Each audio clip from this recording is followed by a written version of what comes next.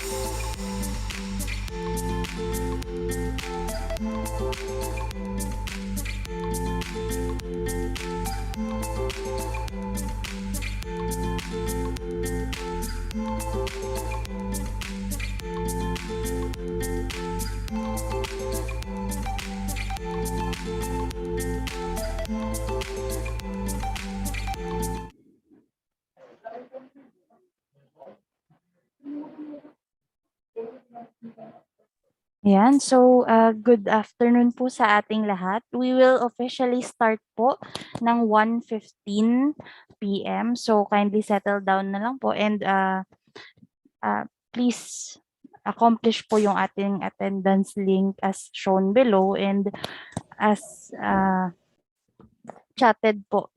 Nasa chat box po natin itong ating attendance link. Thank you so much po.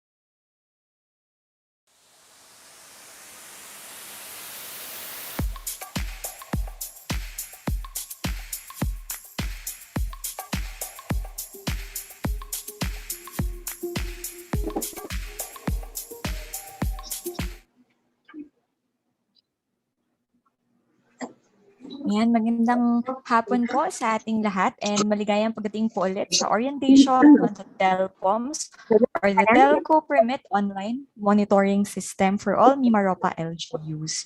So before po we officially start in a few minutes, may we request lang po everyone to mute yourselves po, no? Kasi hindi po yata naka-auto mute so far. So we're requesting din po ang ating Zoom manager po, ang ating Zoom account owner to set po yung ating settings to mute upon entry. And then yung ating naman pong security settings ay naka-disallow po muna yung ating mga participants to unmute themselves para po maiwasan natin yung ating mga distractions. So ayun po, before po tayo mag-start, as previously mentioned, mayroon po tayong attendance link sa ating chat box and also flashed on your screen.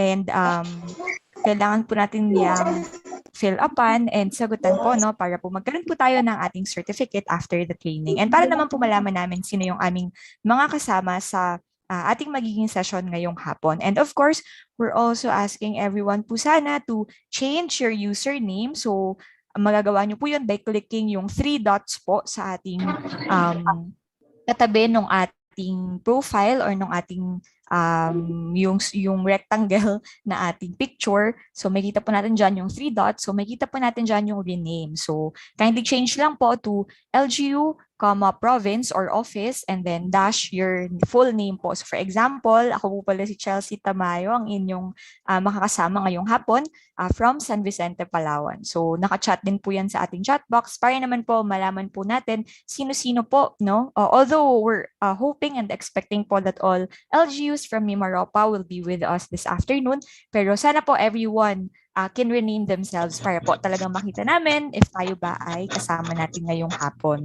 And also, yung atin pong mga materials, so lahat po ng ating mga gagamitin for this afternoon, don't worry po, no, lagi po yung tanong sa ating mga trainings. So lahat po yan ay automatically po nating i-share sa inyo. So every after session, i-upload po namin yung mga materials used dito po sa number 4 na ating link, Participants Toolkit, which we'll be sharing during our session. So after po nung ma-discuss yung session na yon, ma-upload na po dyan yung ating material. So ibibigay po namin yan sa inyo, don't worry. So again po, kindly change our username following the format on your screen.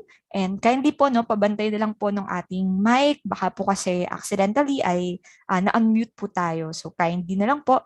And of course, yung ating pong attendance as shared sa ating chat box. And yung ating pong Participants Toolkit will be given po automatically later and will be uploading instantly. No? Agad-agad po yung ating mga materials as soon as they're discussed. So para naman po hindi ma-preempt, no? Hindi pa po namin in-upload. So lahat po yan ay i-chat po namin sa ating chat box. Ayan, sige po. I-chat po ulit natin yung attendance link. And as you can see po, we're also live streaming via the official YouTube channel of the DILG MIMAROPA LGCDD. So like and subscribe na po kayo now para po sa latest and greatest CapDev content. So pwede nyo po yan balikan using the link yung ating mga sessions ngayong hapon or pwede nyo rin pong i-share sa ating mga colleagues na nahirapan pong makapasok or makapanatili dito sa ating Zoom session. So we'll be sharing also yung link po ng ating YouTube live streaming. So, for a while lang po. Ayan, sana po ay para po talagang ready tayo sa very quick but very relevant no, na discussion natin about the TelPOMS ngayong hapon. Sana po ay magawa muna natin yung ating mga activity reminders. Okay, sige nga po. Pa-thumbs up naman po if lahat po ba tayo ay nakapag-lunch na. Ayan. Nakakain na po ba tayo? Ayan. Ayan, okay, nakakain. Meron na pong mga Sana po ay nakakain naman na po tayo lahat, no? Mahirap pong nalilipasan ng gutom. Nagluluto pa daw. Sige po, pwede. Maaga-aga pa naman. Kaya po pong habulin before our activity. Para naman po handa po tayong makinig. Doon sa ating, naman po, very straightforward topics. Yun nga, very quick lang po itong webinar natin this afternoon, but it's very important. Ayan, may libre daw po bang lunch? So, dahil po very quick and very, po ito, wala po muna tayong pa-lunch. So, next time na lang po, marami po tayong pagsasamahang mga activities under EODB or under iba't ibang programs pa po this November. So, I'm sure po, some of us are baka mga kasama pa rin po namin doon. Doon na lang po tayo magpapakain sa ating mga participants. Pero yun po kaya nga po tinatanong natin if nakapag-lunch na kayo para dahil wala po kaming pang-lunch ngayon. So, sige po. Okay. Ayan, share na rin po yung aming meron pong in-offer si Sir June Marvin Salvacion. Sige po, mamaya po i-discuss niya paano niyo po makukuha sa kanya yung pang-lunch niyo daw po. Sige po. So habang everyone still, pa naman po, no? We're officially starting in about few minutes pa po, no, based din po sa ating program, ay yun nga po, hopefully po ay magawa po natin yung ating mga reminders. So first po again, yung ating attendance link. So we'll be sharing it again. And then yung pag-rename po ng ating Zoom username para po magkakilanlan naman po tayo. And ayun po, so yung ating mga ano rin po, no, microphone. So kindly check na lang po, baka accidentally nating na-unmute.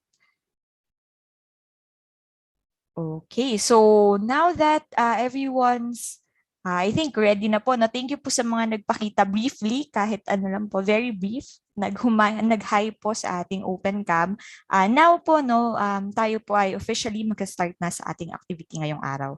So para naman po, tayo po ay nasa mag-guide at nasa tamang landas po at pakikinig ngayong hapon. Siyempre po tayo ay mag-start with an opening prayer. Tayo po ay let us all put ourselves in the presence of the Lord and tayo nga po start with our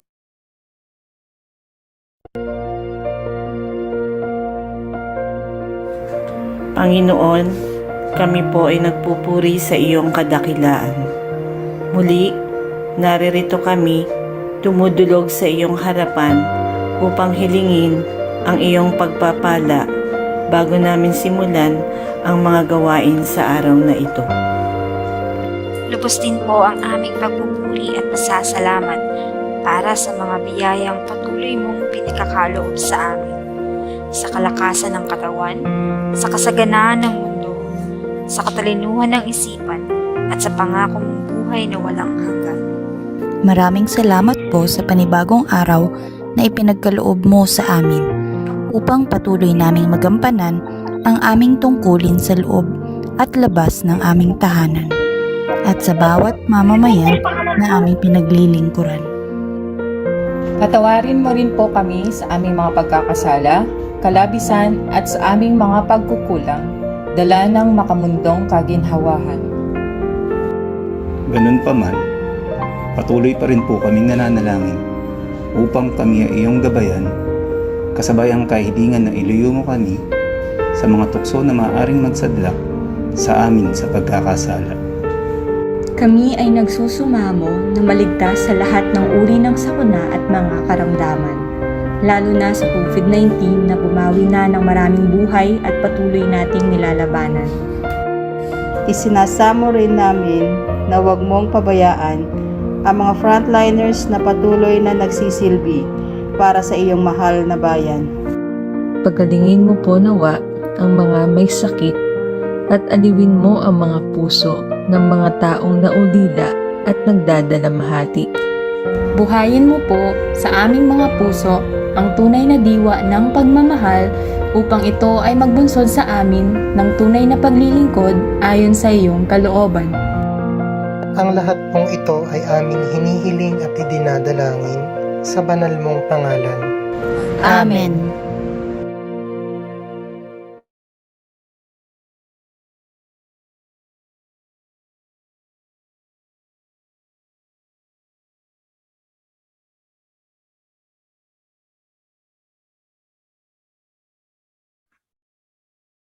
Okay po, so ngayon po na nakapag-opening prayer na po tayo, just some few reminders po ulit before we start with our activity. So first po, kindly change our username following the format flashed on your screen.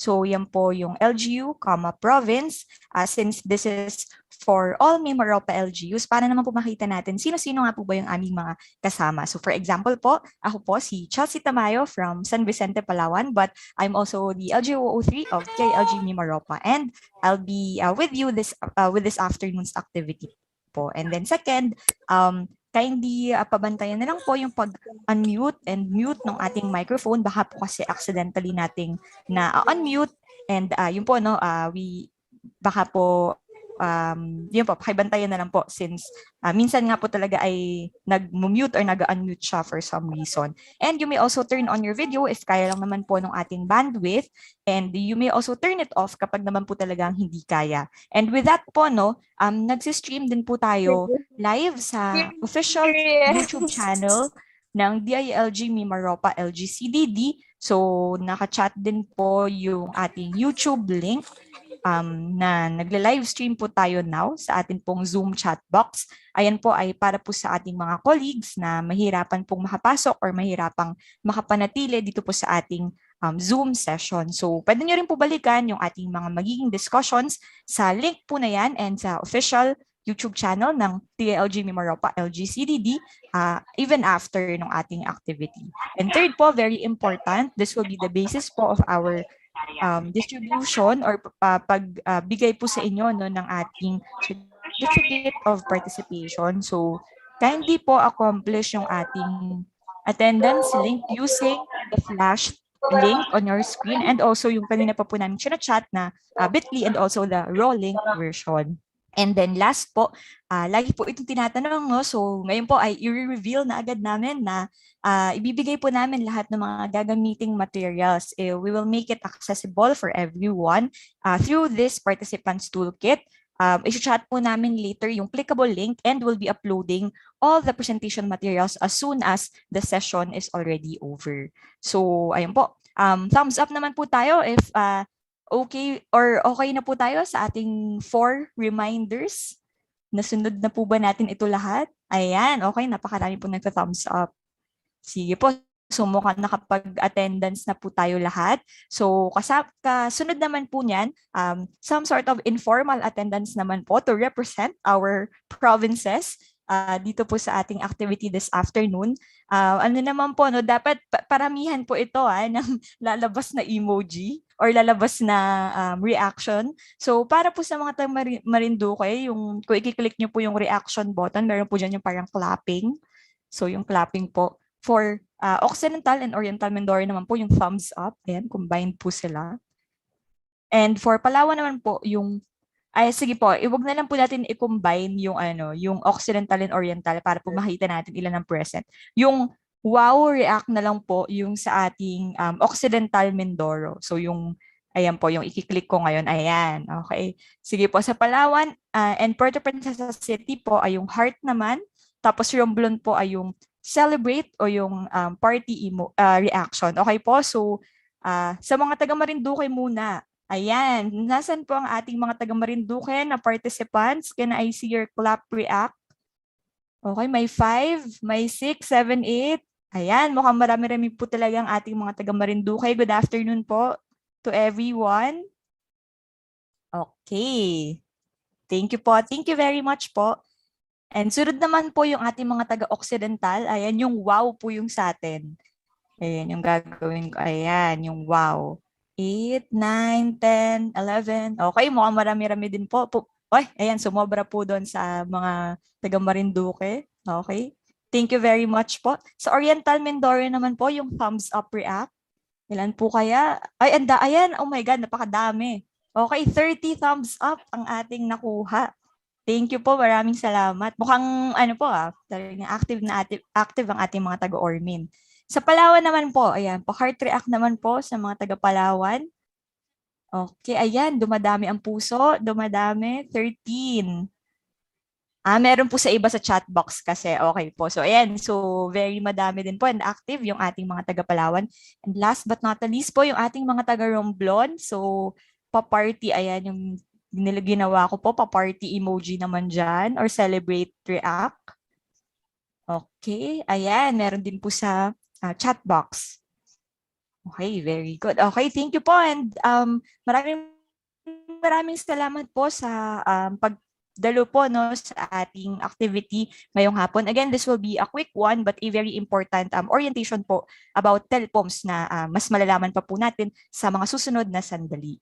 So, susunod naman po sa ating mini opening program ay para naman po bigyan tayo ng mensahe and para rin po sort of malaman natin yung importance nga po nung ating activity this afternoon ay malugod po namin tinatawagan ang Local Government Capability Development Division Chief ng DILG MIMAROPA Region, si Ma'am Maria Teresita G. Iglesia to deliver her welcome message. Good afternoon po, Ma'am Tess.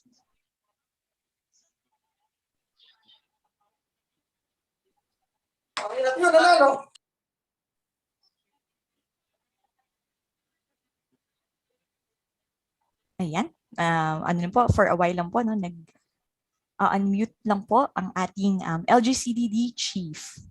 Good afternoon, Chelsea. Am I being Ayun heard? po. Okay na po, Ma'am Tess. Good afternoon po. Okay, good afternoon to our LG participants and our fellow DILG workers. So, paabala po, kalahating araw lang naman. So, this afternoon, I am tasked to welcome you in this half-day orientation activity, which is about a new system, which is undoubtedly very relevant and necessary nowadays. As we all know, and even before the pandemic, and siguro na fast track na rin ng pandemic, we are pushed to embrace the digital world. That's why we are here now. And to me, and siguro sa inyo rin, this is one thing na medyo nakabuti sa atin, yung pag-embrace ng digital things. And this makes our work and our lives even smarter than before. So, hindi ko maiwasan pong maalala, sometime last month yata yun, when there was a 4-hour outage sa Facebook natin. Siguro po na experience ninyo yun lahat. So yes po, Facebook pa lang iyon and all the other Facebook apps. And we realized how it affected work, our some businesses, and all sort of activities globally, hindi lang po sa Pilipinas. So for hours lang po iyon, pero napakarami ng nalugi. Marami ang di natuloy na events, marami din ang di natuloy na negotiations, and many more. So it is a realization how dependent are we and how important the technology is in our lives nowadays. And there is no turning back. We really have to be to embrace yung digital world po, and we are forced to embrace this because this is now part of the new normal. Hindi na po tayo babalik dun sa dati nating lahat face-to-face or by telephone or whatever. So with all this, the stable internet connectivity has become a paramount tool in staying connected, ensuring business continuity and sustainability, and accessing various services. Diba? Nakaka-stress naman talaga pag hindi tayo makakonect, lalo na kung may important tayo na activities that we have to use the internet. So,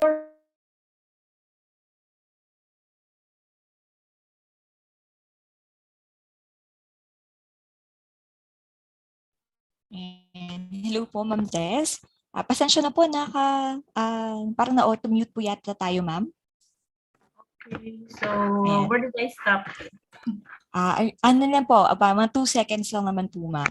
Okay, so I think what I'm saying is that we have a realization now na the stability of internet connection is really a paramount tool for us dahil naiapektuhan nga lahat ng ating work and our lives at napakahirap kung walang internet connection.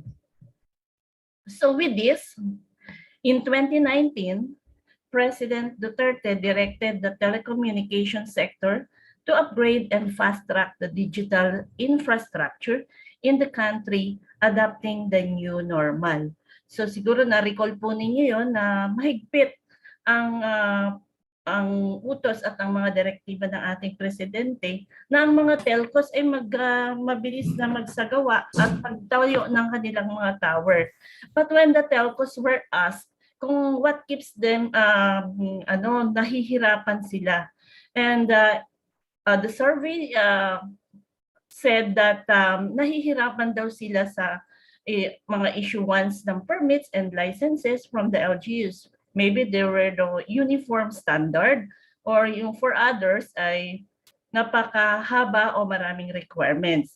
So on July 23, 2020, the ARTA, the ICT, the ILG, the SUD, DPWH, CAAP, DUH, and FDA had this joint memorandum circular number 2020-101, 2020-01, which is entitled Streamlined Guidelines for the Issuance of Permits, Licenses, and Certificates for Construction of Shared Passive Telecommunication Tower Infrastructures, o yung tinatawag po natin in short yung PITTs.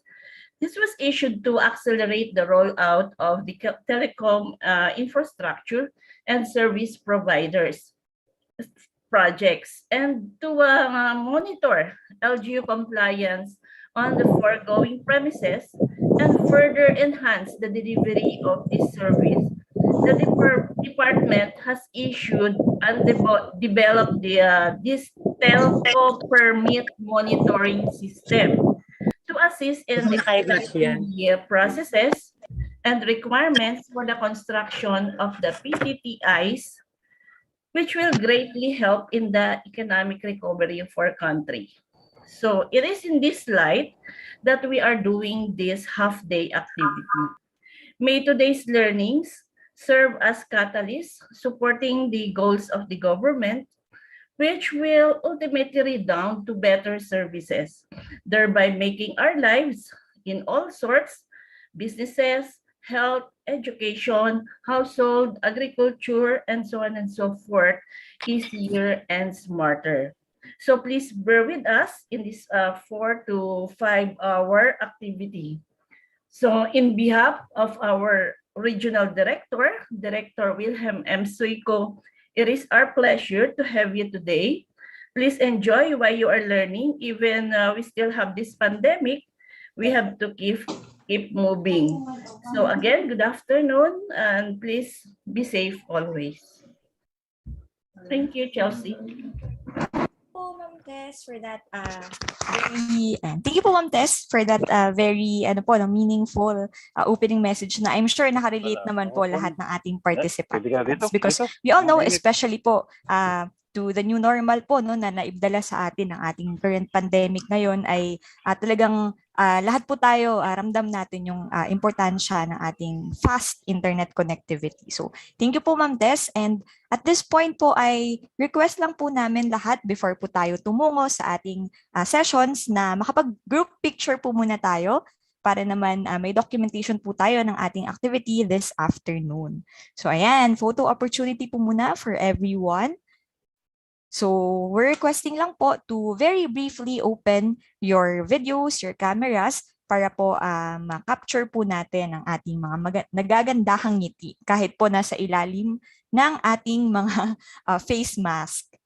Better pa rin naman po yun. Sige po, so sa ating training management team, we have 8 pages. Ayan po, isipin lang po natin exercise ito ng ating facial muscles. So ngiti lang po tayo. Okay.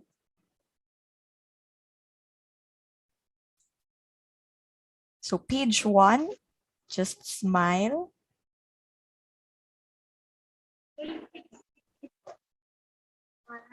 Okay po. Page 2.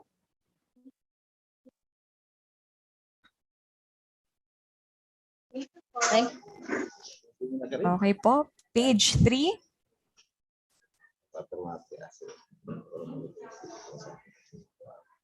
Page 4. Kasama na naman ito.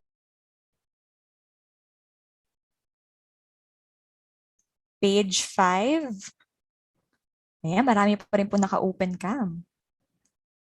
Page 6, 7, and 8. Okay, mga naka-ano na po. Profile picture po ang ating. Okay lang naman po yan, at least nakita po namin kayo. Pa-thumbs up naman po sa ating secretariat if na-capture na po ang nagagandahang mga ngiti ng ating mga participants na ngayon po ay nasa strong at 182. Naka-group viewing pa po yata yung iba. Okay na po ba tayo? Okay, I think we're good na po.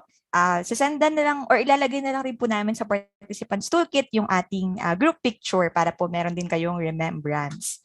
Okay, so now naman po na set na po natin ang floor for our sessions this afternoon para po further ma-contextualize at malaman nga natin ano po ba yung mga ating tatalakayin ngayong hapon. ay andito po ang ating EODB Regional Focal Person, si Ms. Rian May Marana ng ating LGU04 from DILG MIMAROPA to give us the training overview and the objectives of our activities. Good afternoon po, Ms. Ray, and welcome back to the virtual stage. Ayan, magandang hapon po sa ating lahat, ano? So, nandito nga po tayo to learn more about dun po sa ating telecommunications permit online monitoring system. So, ang atin pong touch po namin yung whistle ko.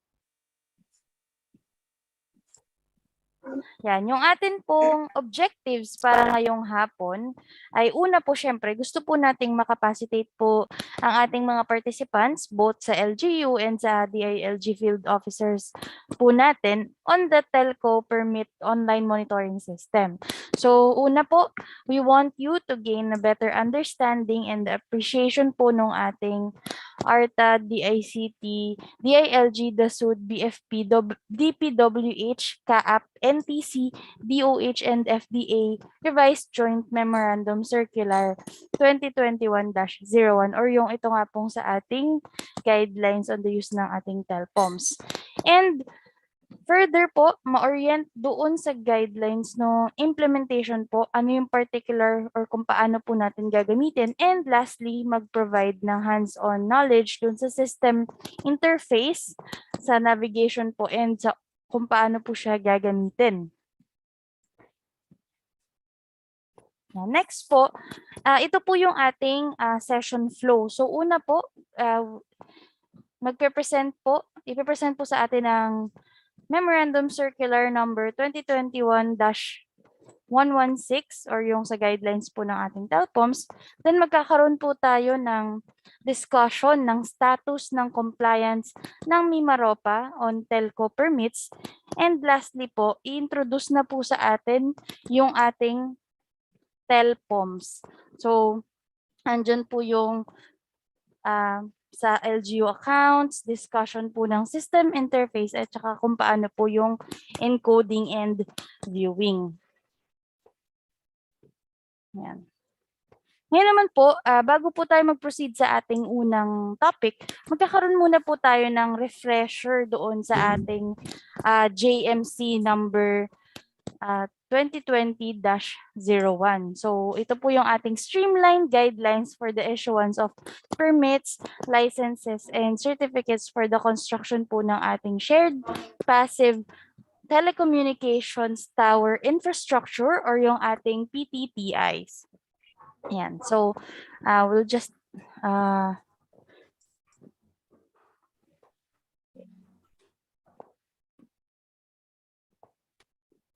so ito nga po ang ating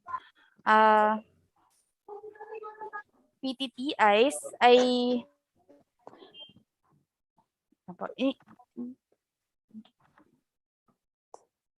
nice po nating mas streamline kaya po nagkaroon po ng ganitong JMC or agreement po sa lahat ng mga agencies involved.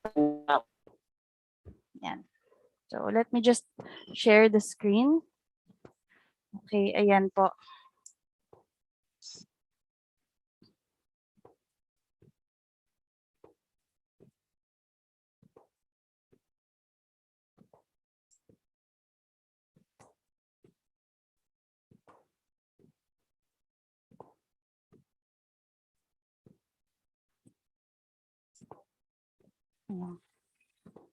Yan. So ito pong ating ayan. Ang ating pong procedures on the construction ng passive telecommunications tower infrastructure or PTTIs po natin. Okay. Begin po. Ito nga po ulit yung ating JMC. So, na-mention naman na po natin kanina what this is for. So, titingnan naman po natin yung key po natin doon sa ating JMC. So nagkaroon po ng reduction sa requirements and processing time for securing ng permits natin sa common towers from 9 months gagawin daw pong 16 days na. Napaka-drastic po ng change, no? Then ang another reform po doon is yung processing, approval, and issuance ng permits po natin ay mag-i-issue dapat po within 7 days as per EODB law. So nakikita po natin dito na kailangan talaga pong madaliin or pabilisin dahil na rin po sa digitalization at saka sa urgent need po, lalo na nitong ating pandemic. At yun nga rin po, ang ating permits and clearances not approved within the prescribed periods ay deemed automatically approved na po. So once na submit po sa atin, kung hindi pa po natin na-actionan or hindi pa approved, pag nag-lapse na po yung period na ibinigay ay automatically approved na rin po itong ating PTTIs or yung ating permits. And ito rin po yung isang key feature niya, yung permitting process among NGAs and LGUs shall run parallel, meaning po sabay-sabay po. So hindi po kailangang one agency muna yung pupuntahan natin, saka tayo po proceed sa next. Simultaneous po or parallel yung pagkuha po ng mga permit.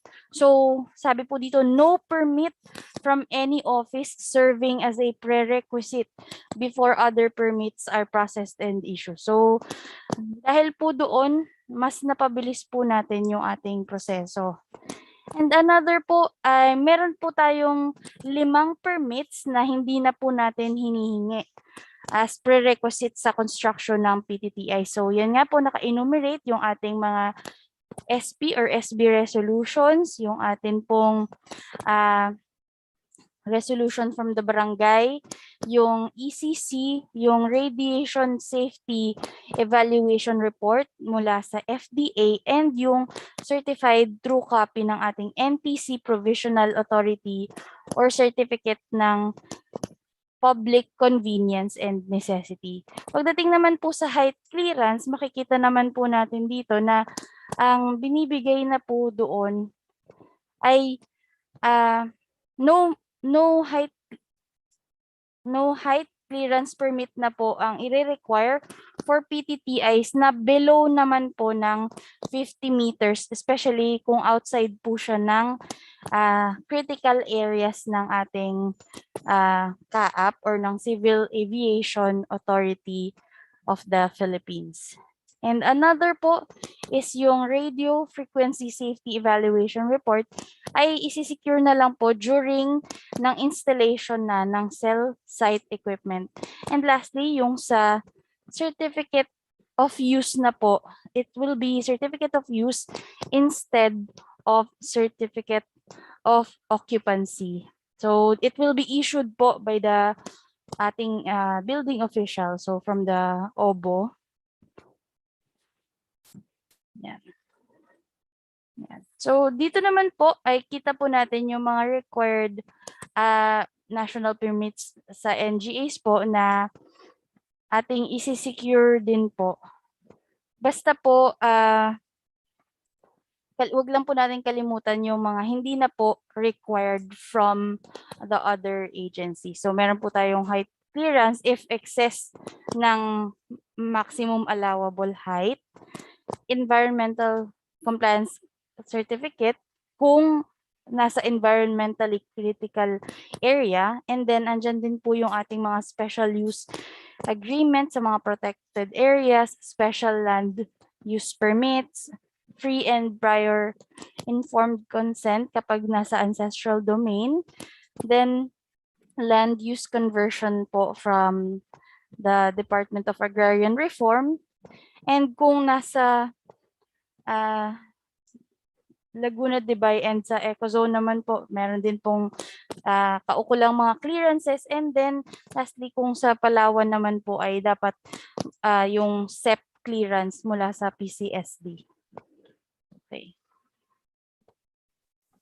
So ito na po ang nakikita natin po no na bagong processing time and yung pagbabago po. So based sa JMC natin ngayon, sa pre-construction, 5 permit na lang po yung hihingiin for a total of 25 documentary requirements and 14 processing days na lang po ito. And then post-construction, there are 3 permits to be secured, total of 10 documentary requirements, and maximum na po yung 2 days processing time. So, total of 8 permits, 35 documentary requirements, and 16 days na po ito sa ating JMC. Yan. Doon naman po sa ating mga required local permits, ito naman din po yung yung 5 po at yung 3 na hihingi natin sa building permit, locational clearance, barangay clearance, fire safety evaluation certificate. And sa post-construction po is yung business permit, FSIC, and certificate of use as we have mentioned nga po.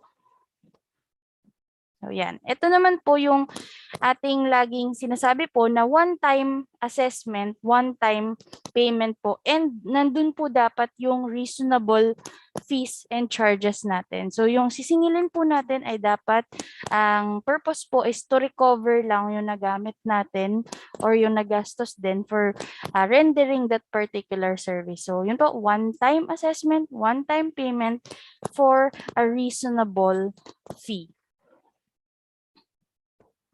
Okay. And lastly po, ang role po natin as LGUs would be to inform yung approval and disapproval ng any building permit applications involving yung PTTIs natin to DILG or DICT. So, kung may approval or disapproval pong magaganap, kami po ay ma-inform and mamomonitor po namin yan.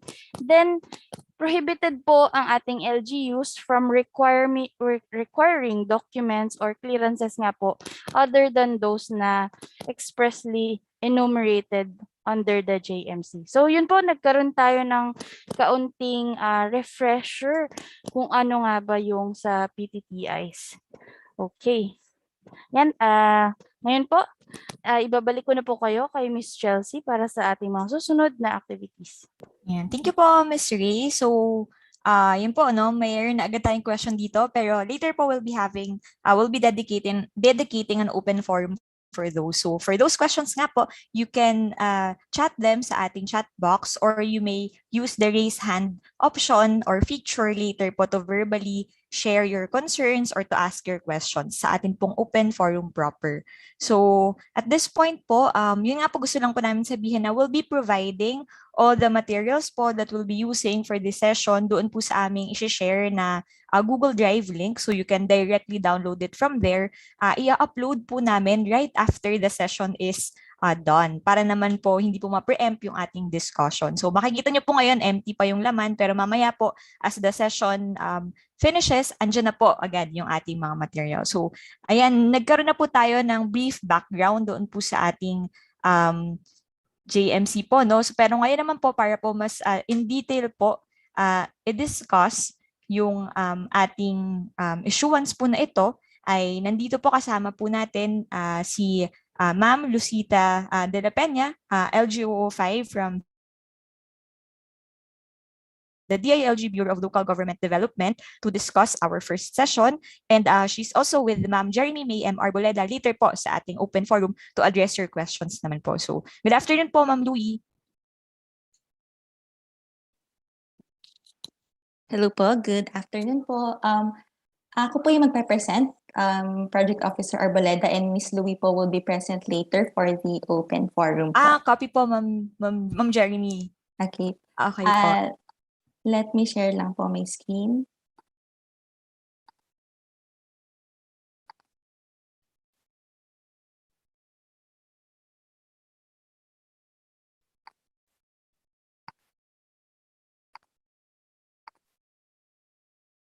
Can you see na po yung screen? Yes po, ma'am. Okay po, good afternoon po to all our participants. I am Project Officer Jeremy Arboleda from the Bureau of Local Government Development, and I'll be presenting po this afternoon yung guidelines on the implementation of the Telecommunication Permit Online Monitoring System, or what we call TelPOMS, for cities and municipalities. To start off po, let's go through muna yung background. I think na-explain na po ito earlier, pero dadaanan ko lang po quickly. So as said earlier po, stable internet connectivity has become a paramount tool in staying connected, ensuring business continuity, household sustainability, and accessing various services. There is a growing demand for connectivity all over the country, especially during the public health emergency due to COVID-19. So alam naman po nating lahat na since COVID-19, nag-shift na po talaga tayo to using the online platform, online schooling, remote work, even online applications. Kaya po, dinirect ang telecommunication sector ng ating presidente to upgrade and fast-track the digital infrastructure in the country para maka-adapt po tayo sa new normal. So in response po sa directive, meron din pong mga government efforts that I am presenting po right now through a timeline. So first po, last July 23, 2020, na-issue yung ARTA, DICT, DLG, DHSUD, DPWH, CAAP, DOH, FDA, JMC 2020-01, wherein ang objective nga po is to accelerate yung rollout ng processing po of permits, licenses, and clearances ng mga PTTIs. This was presented po earlier by Ms. Rayan. Yun po yung mga different guidelines po in processing na yung mga permits ng ating mga application from telecom companies. Next po, first po, under this JMC 2020-01, ang roles and responsibilities po of the LG is to ensure yung cooperation ng LGUs sa pagsunod sa guidelines, and at the same time to monitor yung compliance ng mga iba't ibang LGUs dito rin sa guidelines. Kaya po last August 2, 2020, nag-issue ang DLG ng isang advisory kung saan ine-encourage po nila ang iba't ibang cities and municipalities to submit yung mga pending applications and approved applications of telecom companies, and para po masundan kung ano po yung mga kung gaano katagal ang inaabot ng processing ng mga LGUs for the different applications. Also, nag-issue din po ang DLG ng Memorandum Circular 2021-034 last March 24, 2021.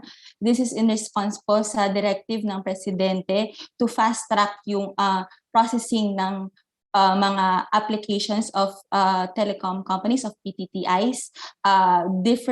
Meron po siya mga specify kung saan bawal po tayo mag-hamper ng operations, bawal po nating kailangan po natin pabilisin yung operations, and at the same time follow yung prescribed processing time as stated sa ating JMC, and at the same time provide support sa different telecom companies. Last June 10, 2021 po, na-issue ang ARTA, DICT, DLG, DSUD, DFP, BBWH, CAAP, NTC, DOH, FDA, JMC 2021-01. Itong JMC pong ito, na-harmonize niya po yung JMC 2020 na nabanggit earlier sa Bayanihan to Recover as One Act. So dito sa JMC na to, meron pong panibagong processing time na dinadirect ang LGUs na masundan. At itong JMC po to ay na-roll out nationally last July 2021. So ngayon po, ang ipepresent po namin ngayon sa inyo ang Memorandum Circular 2021-116, or the guidelines on the implementation of the Telecommunication Permit Online Monitoring System, or TelPOMS. Itong system po ito ay na-develop na ISTMS kung saan kinocombine po nila yung monitoring na ginagawa ng DILG through the DILG advisory, pati yung MC na nabanggit earlier. So dati po nagsasubmit tayo ng updates or ng status through Google Form.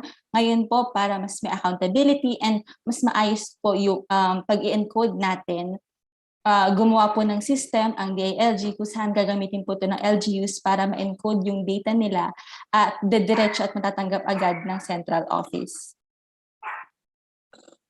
For the legal compliance po, first would be the Republic Act 11032 or the EODB law. Next po is the JMC 2020-01. This was the one explained earlier. This is to accelerate yung rollout ng telecommunication infrastructure and service projects. Nandito rin po yung DILG advisory stated earlier. This is entitled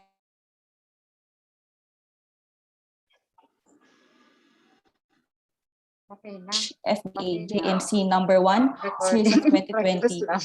So itong advisory ito po ay in-issue para masundan yung mga provisions ng JMC 2020-01 by monitoring yung mga pending application ng mga permits, clearances, and certifications related to PTTIs na natatanggap po ng ating mga LGUs.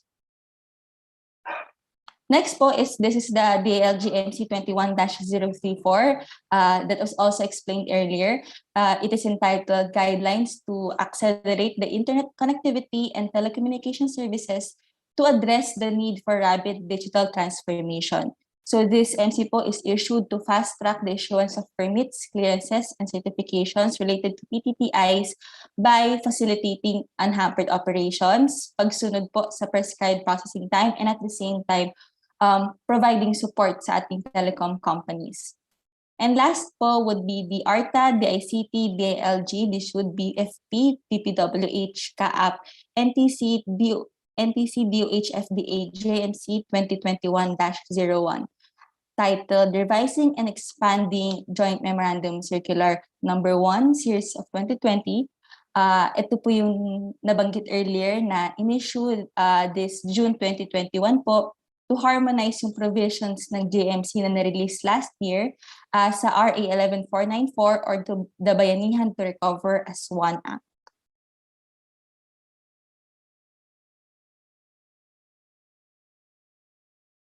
For the purpose of this guidance po, it is intended to monitor and assess compliance of LGUs to the standards set by different laws and guidelines. We are monitoring po as this is the role and responsibility po of DILG according sa JMC. So first po, this aims to systematically monitor the compliance of LGUs to the guidelines for the construction of shared PTTIs nationwide. We will be monitoring po by using different forms na sasagutan ng ating mga LGUs that I will present po later. Next is to track the pending application for permits, clearances, and certifications in relation to the construction of the telecommunication towers infrastructures. Ito pong ang pagtatrack natin ay ginagawa natin since last year. And now po, gamit ang system, ang ating LGUs, i-indicate po nila or isasubmit po nila every new application na ma-receive nila para malaman po kung kailan nagsimula, kailan nila natanggap, at kailan nila ma-release yung isang o ma-approve yung isang application. Next po is to provide feedback to regions on the results of the survey of their respective LGUs for technical assistance if necessary. So we will be also writing LGUs kapag non-compliant pa rin po sila sa guideline set. And last po is to encourage LGUs to be proactive in improving their services to their constituents and clients. For the scope and coverage of this MC po, it covers local chief executives, local administrators, business permit and licensing officers or BPLOs, the Office of the Building Official or OBO, DILG regional and provincial directors, and the DILG field offices. Later po, I will explain also yung different roles and responsibilities of this group of people po. Next po, let's define muna yung mga crucial terms na kailangan natin maintindihan para mas magamit natin ng madali yung system po natin. Una po is the approved application. Approved application means yung mga permits and licenses and certificates and related clearances for the construction of PTTI that has been approved and released by the LGU to the requesting party and paid in fully by the applicant. considered lang pong approved ang isang application kapag of course, signed and approved na ibigay na natin sa applicant at nabayaran po ito. So, ito po yung mga indicators natin para masabing approved ng isang application. Next po would be pending.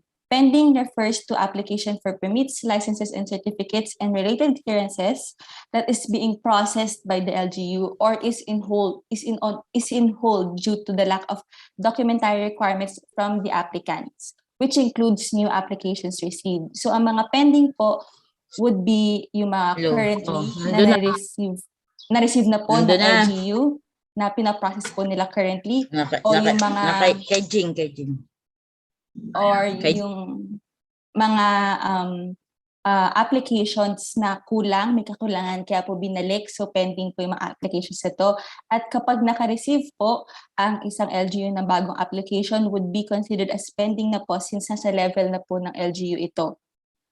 Ang processing time po ng business natin for pending would be the ARTA, DICT, DILG, DSUD, BFP, DPWH, CAAP, NTC, DOH, FDA, JMC 2021-01. So sa MC po naka-indicate din kung gaano katagal yung processing time for each permits and clearances po based on this JMC 2021-01. Last po would be semi-weekly. Semi-weekly means accomplished or produced twice a week. For the purpose of these guidelines, twice a week shall be done every Tuesday and Friday. So, meron po tayong semi-weekly reporting, kaya po define natin yung term na to. So, later malalaman po natin kung paano po yung semi-weekly reporting. So, now let's go through po sa policy content and guidelines of this memorandum circular.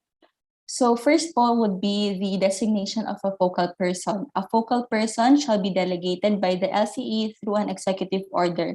The designation of focal person is recommended to come from any of the offices under the local administrator such as BPLO, OBO, IT office, or communications office. So ang ating focal person po, hindi naman po strict talaga na kailangan manggaling sa certain offices na to. However, kailangan lang po talaga ng ating focal person. Of course, may connection po, can coordinate with BPL and OBO and at the same time has basic computer skills because sila po yung mag-encode ng data na sasagutan ng BPL and OBO.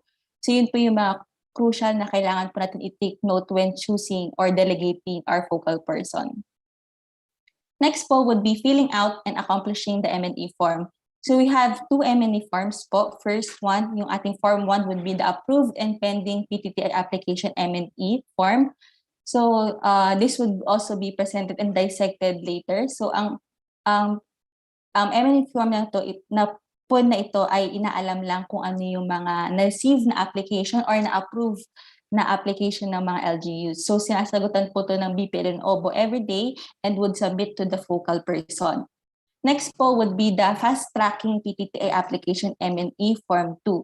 So itong form na po ito po yung sumusunod dun sa MC na nabanggit ko kanina, yung 2021-034, wherein it monitors kung nag-hamper po ba ng operations ng LGU, sumusunod ba sila sa prescribed processing time, or nagbibigay sila ng support sa mga telecom company. So ito po yung mga questions na ina-ask sa form 2 na ito. So sinasagutan po ito ng ating BPL and OBO every Tuesday and Friday and submit thereafter sa focal person.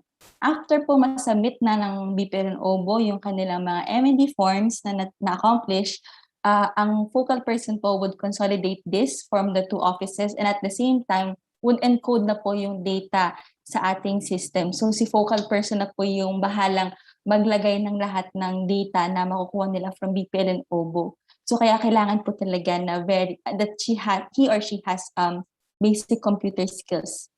Then next po would be the frequency of monitoring reports. So the focal person po shall submit the M&E forms on a semi-weekly basis every Tuesday and Friday of the week until 3 p.m. This is because meron po tayong semi-weekly reporting also na ginagawa dito sa central office wherein lahat po ng sinasubmit ng LGUs every Tuesday and Friday, we consolidate it po and submit to the office of the secretary po.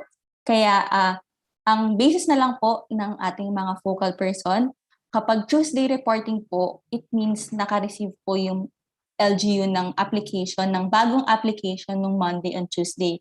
Kung naka-receive po, sasagutan po nila yung M&E Form 2 completely and i-encode sa system. Kapag naka-receive naman po ng Wednesday to Friday, yun po yung laman ng Friday report po ng ating focal person. So, kailangan pong masundan to kasi po sa system, naka-indicate po, hindi po nila mai-encode kapag mali po yung date na ilalagay ng focal person. Let's go through first yung mga roles and responsibilities po before tayo daanan natin yung mga annexes na nabanggit ko po earlier. So first po, ang ating OBO and BPLO shall ensure to accomplish the approved and pending PTTI application M&E Form 1 every day and fast-tracking PTTI application M&E Form 2 semi-weekly every Tuesday and Friday. Ito po yung nabanggit natin earlier na kailangang i-submit or i-accomplish ng OBO and BPLO. Si LGU focal person po shall encode and upload the data on the TelPOMS on a semi-weekly basis. Si LGU focal person shall also monitor and ensure that the operations of telecommunication companies in constructing, repairing, installing, maintaining, and other activities will not be hampered and fully operational. The head of office of the focal person shall ensure that updated data po is encoded in the system. And lastly, the LCE shall ensure that OBO, BPLO, and focal person are compliant po sa guidelines set by the memorandum circular. For the DALG, ang roles and responsibilities po of different offices, first would be the regional and field offices shall oversee and ensure LGUs are compliant on the guidelines set by the MC, monitor the regular submission ng mga annexes ng BPLO and OBO sa LGU focal person, and ensure yung regular encoding of the data ng ating focal person sa system. Sa RIC2 naman po, they are responsible for providing users access to the online monitoring system for their respective regions and provide technical assistance to LGUs on the implementation of the online monitoring system if necessary. Next po is the ISTMS, or the Information Systems and Technology Management Services. ISTMS po is responsible for the development and maintenance of the online monitoring system. Sila po yung nag-develop ng system na ipapresent later. Responsible for response to the queries of all the stakeholders of the system, which includes BLGD, field offices, and LGUs, and secure a database backup for the system. Lastly po, the BLGD, or the Bureau of Local Government Development, they shall initiate and lead the nationwide implementation and advocacy of the LGU Telecommunication Permit Online Monitoring System, or the TelPOMS, administer the system and protect the integrity of the data, monitor the compliance of LGUs through the Telecommunication Permit Online Monitoring System, prepare a semi-weekly report to be submitted to the Office of the Secretary of the Department. So every time po nagsasubmit yung LGU focal person natin, every Tuesday and Friday, after po nila, ipaprepare po ng BLGD yung report to be submitted sa OSEC, and they shall also prepare the necessary reports to the Office of the Secretary and Anti-Red Tape Authority on the collected data of non-compliant LGUs on the provisions of the JMC 2021-01 generated from the system. So now po, let's go through na sa M&E forms na pinresent earlier. So first po yung M&E Form 1, or the Pending and Approved Application M&E Form 1. This refers to the monitoring tool used to determine the pending and approved PTTI application for each LGU. So ito po yung sinabi nating annex na inaalam natin kung may bagong dumating or may na-approve na application yung ating LGUs. So meron po tayong first two questions na tinatanong. First would be, if may na-receive ba, did you receive any application from a telecommunication company for a day? If meron bagong na-receive, or if may na-approve na na application from a telecom company for the day. If nag-yes po yung ating LGU, then kailangan po nilang i-accomplish yung buong form. If no po, then no need na po to accomplish the form and submit agad kay focal person. Si focal person po would have to encode sa system na wala pong na-receive. So hindi rin po niya kailangan sagutan na lahat ng mga questions na makikita nyo po ngayon sa screen nyo. So yung MND Form 1 po, divided into 3 main sections. First would be yung compliance to the revised and expanded GNC on telcos, wherein tinatanong po natin yung details such as yung type of application, if new or renewal, kung anong telephone company provider. May choices po tayo if PLDT, Globe, Converge dito, or if may other na company na nagre-request, pwede pong i-specify. Date applied, if new, date approved po, if approved, and yung processing time. Next po is yung implementation of LGU for standard complementary reform. Dito po, unang tinatanong kung ano yung documentary requested ng applicant. So nakalist down po dito lahat ng mga possible na permits na nire-request ng applicant. So pwede po i-check na lang ni BPL OBO kung alin po yung permit na nire-request. If wala po sa choices, meron din po area sa baba wherein they can indicate kung ano yung documents na nire-require. The next po is yung status ng application, if approved na po ba siya, pending or denied. If pending po, required to state a reason kung bakit pending. If denied po, required din to state a reason kung bakit po deny yung ating yung application po ng telecom company. Kailangan po talagang malagyan ni BPN OBO to since required din po siya sa system to state yung reasons kung bakit po na pending or denied. And last question po is yung amount of fees collected. Ang signatory po nito would be BPLO or OBO kung sino po yung nag-accomplish ng form. Same form po kasi yung ginagamit ng BPL OBO dito since nakalist naman po lahat ng requirements na dumadaan sa kanila and noted by the mayor.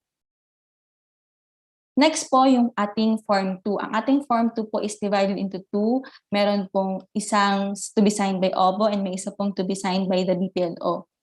Ang ating Form 2 is named Fast Tracking PTTI Application M&E Form 2 wherein it refers to the monitoring tool used to monitor the compliance of each LGU on unhampering operations of telecommunication company, prescribed processing time for related permits, licenses, clearances, and or authorization of PTTI, and the provision of support to telecommunication company.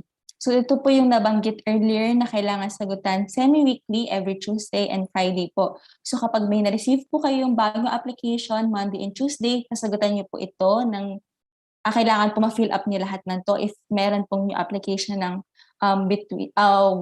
from Wednesday and Friday, kailangan nyo din po accomplish yung buong form na ito. So, una pong i-ask dito if may na-receive po kayong application from a telecommunication company during your reporting period. Ito po yung nabanggit ko earlier na days po na nagpo-fall on the reporting period. If yes po, kailangan nyo pong sagutan yung buong form. If no po, no need na since ang kinakount lang po dito if may na-receive. So, pwede pong isubmit agad sa focal person and yung focal person po, input lang niya na wala pong na-receive. So, tapos na po yung kailangan niyo sagutan. Pero if yes po, may na-receive kayong bago, kailangan niyo pong daanan every question na nandito. First would be yung unhampering operations of telecommunication company. Ina-ask po natin if nag-require ba tayo ng extra documentary requirements aside from health certificates, identification card, company business permit, and DTI SEC registration. If nagpo-prohibit ba tayo ng mga work during emergencies, if may mga condition tayo during installation, maintenance, and repair ng mga telecommunication companies, if nagko-quarantine tayo ng cases ng mga telecommunication personnel, and if may mga incidents tayo na ang telecommunication personnel or equipment ay nahirapang pumasok sa LGU premises. If ginagawa po natin dito, kailangan po natin i-cite yung reason kung bakit natin siya nagagawa because per memorandum circular, kailangan po hindi natin inahamper yung operations ng mga telecom companies. So yun po yung first set of questions that would be asked under this under this form po, Form 2. Next po would be asking yung compliance sa prescribed processing time. So since ito po ay to be signed ng OBO, nakalist down po dito yung permits, ancillary permits, and different clearances na ini-issue ng OBO, namely locational clearance, FSEC, building permit, certificate of final electrical inspection, fire safety inspection clearance, certificate of use, So nakalagay po dito kung kung na-release po ba natin siya less than 7 working days or more than 7 working days. Per JMC 2021-01, kailangan po at most 7 working days po yung processing time natin for each for the different permits under building permitting and construction certificate of use. So yun po yung kailangan natin sundin. If more than 7 working days, kailangan po natin i-cite yung incident or reasons kung bakit po lumalagpas tayo sa prescribed processing time. Also, ina-ask rin po natin if dumadaan pa rin po ba ng local sanggunian or homeowners association yung mga permits or yung mga application po pala ng mga telecom companies for building permit and certificate of use. Since under JMC 2021-01, na-lift na rin po itong step na ito. So if it still passed through local sanggunian or passed through HOA, then we have to cite din po yung incident or reason kung reason bakit po kailangan pang ipadaan to. Next po is the provision of support to telecommunication company. So we simply ask po if meron ba tayong support or assistance during the installation, maintenance, repair, and other activities of the telecommunication companies, or if we have issued an executive order ordinance resolution po. So we can also cite din on yung EO na or yung ordinance na ating na i-issue. This would be signed po by the building official and the mayor po. So yes po. So ito po yung to be signed by OBO.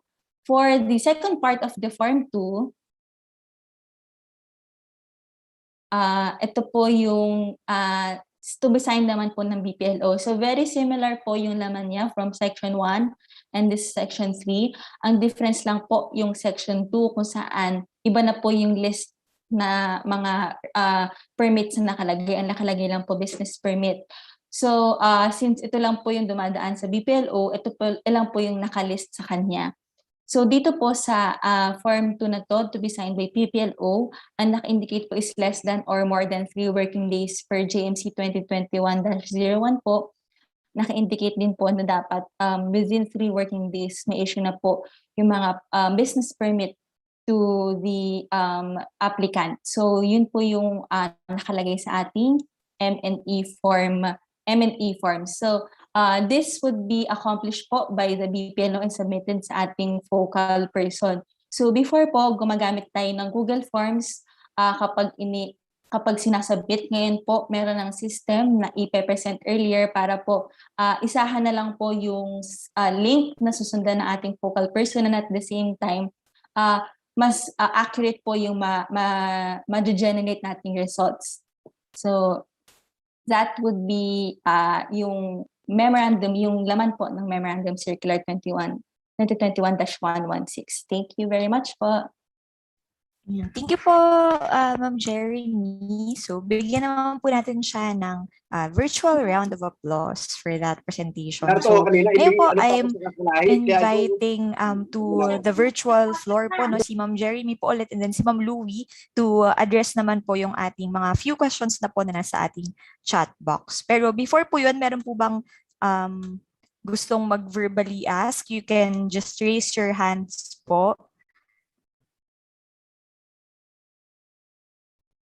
Ayan. Sige po, sa atin pong secretariat, may we request po to flash po yung ating open forum slides.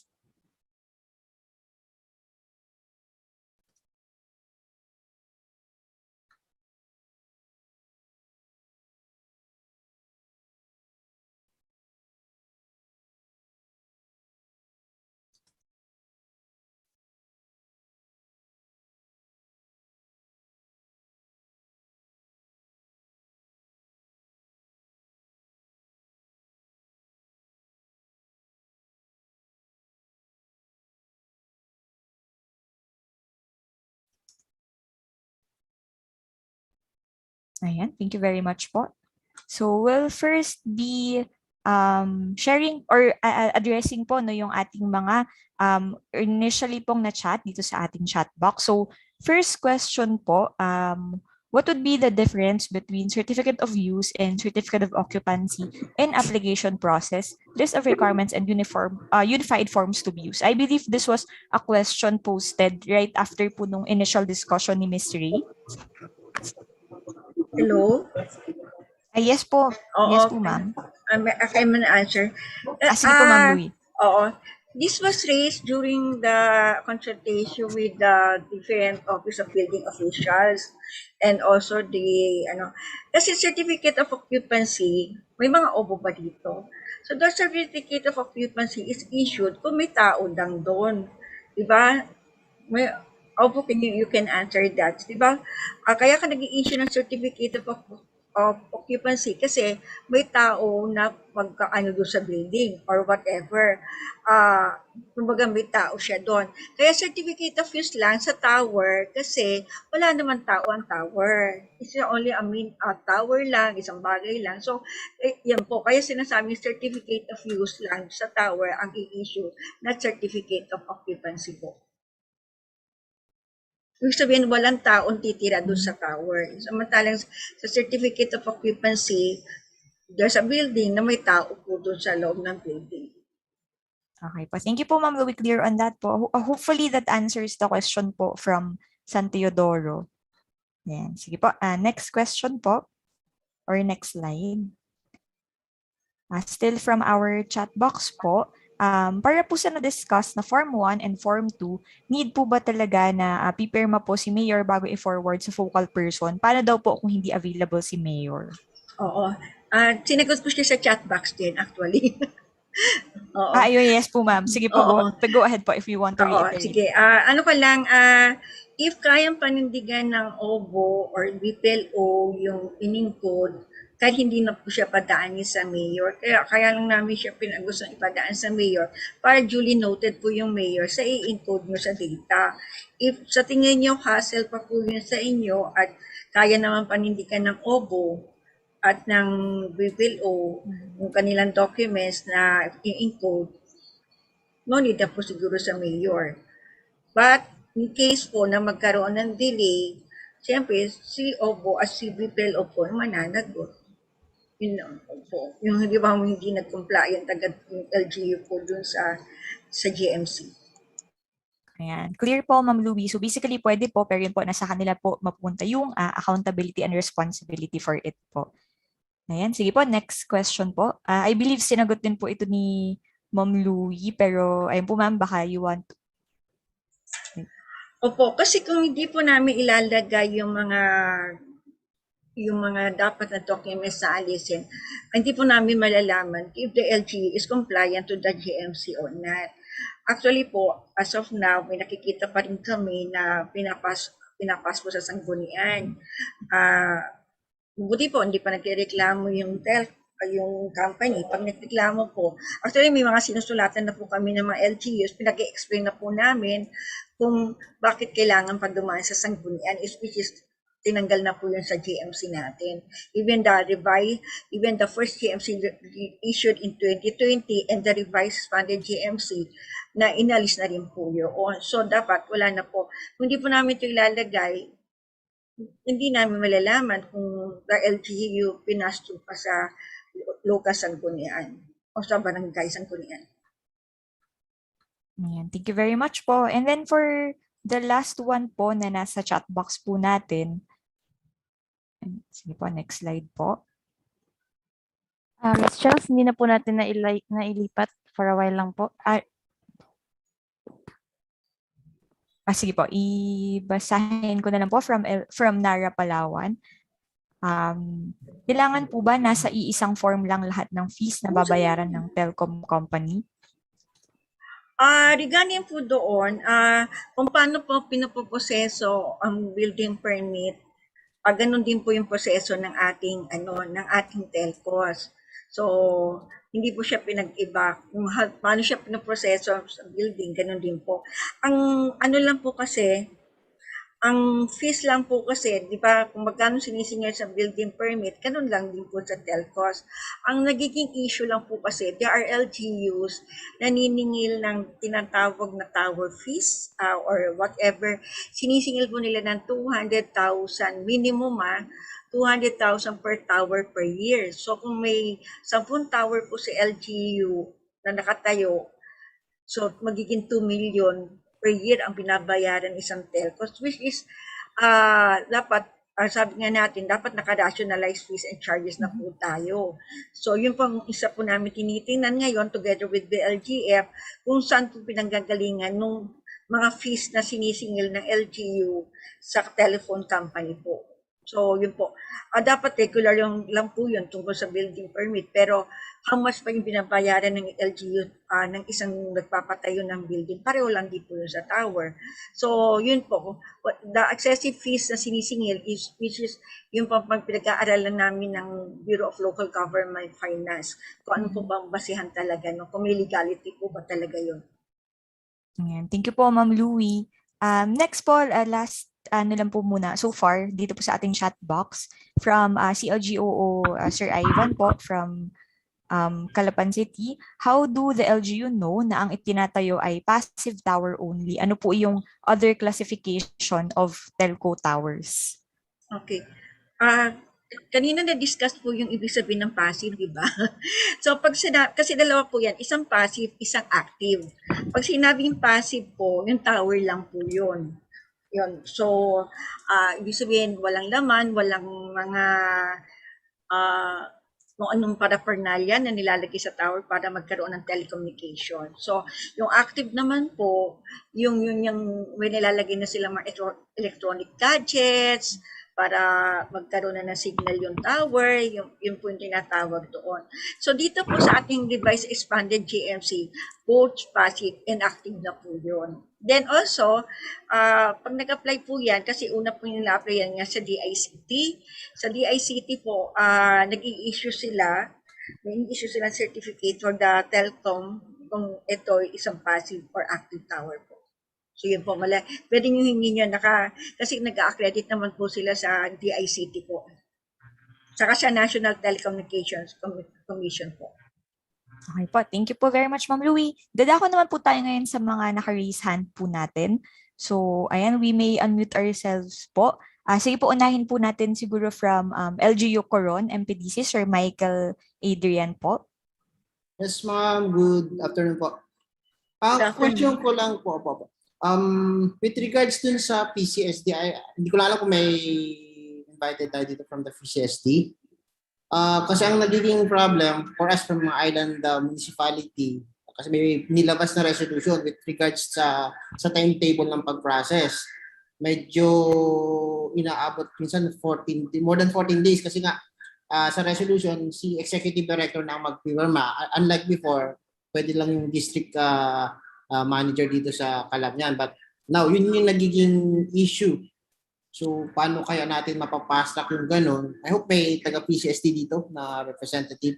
The same time, yung isang another naging issue pa namin na-encounter namin is yung sa barangay resolution. Actually, barangay clearance. May isang naghabol na area, yung magpapatayo nga ng tower, biglang may mga supposedly dapat may pag barangay resolution dapat may mga ano sa paligid, tawag dito mga community. Since clearance lang, so parang hindi na natanong yung mga nandun sa community. So yun yung na-encounter namin dito para paano natin mapapasrak yung ganun. Kasi base sa hindi na required yung resolutions or parang clearance na lang. Walang consultation dun sa community. Kasi paano mapapasa. Nakalagay po kasi sa ating GMC, dapat po,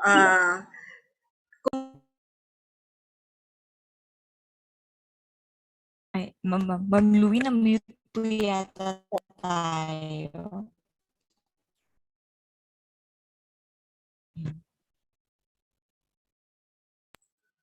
Okay na. Naisara pala.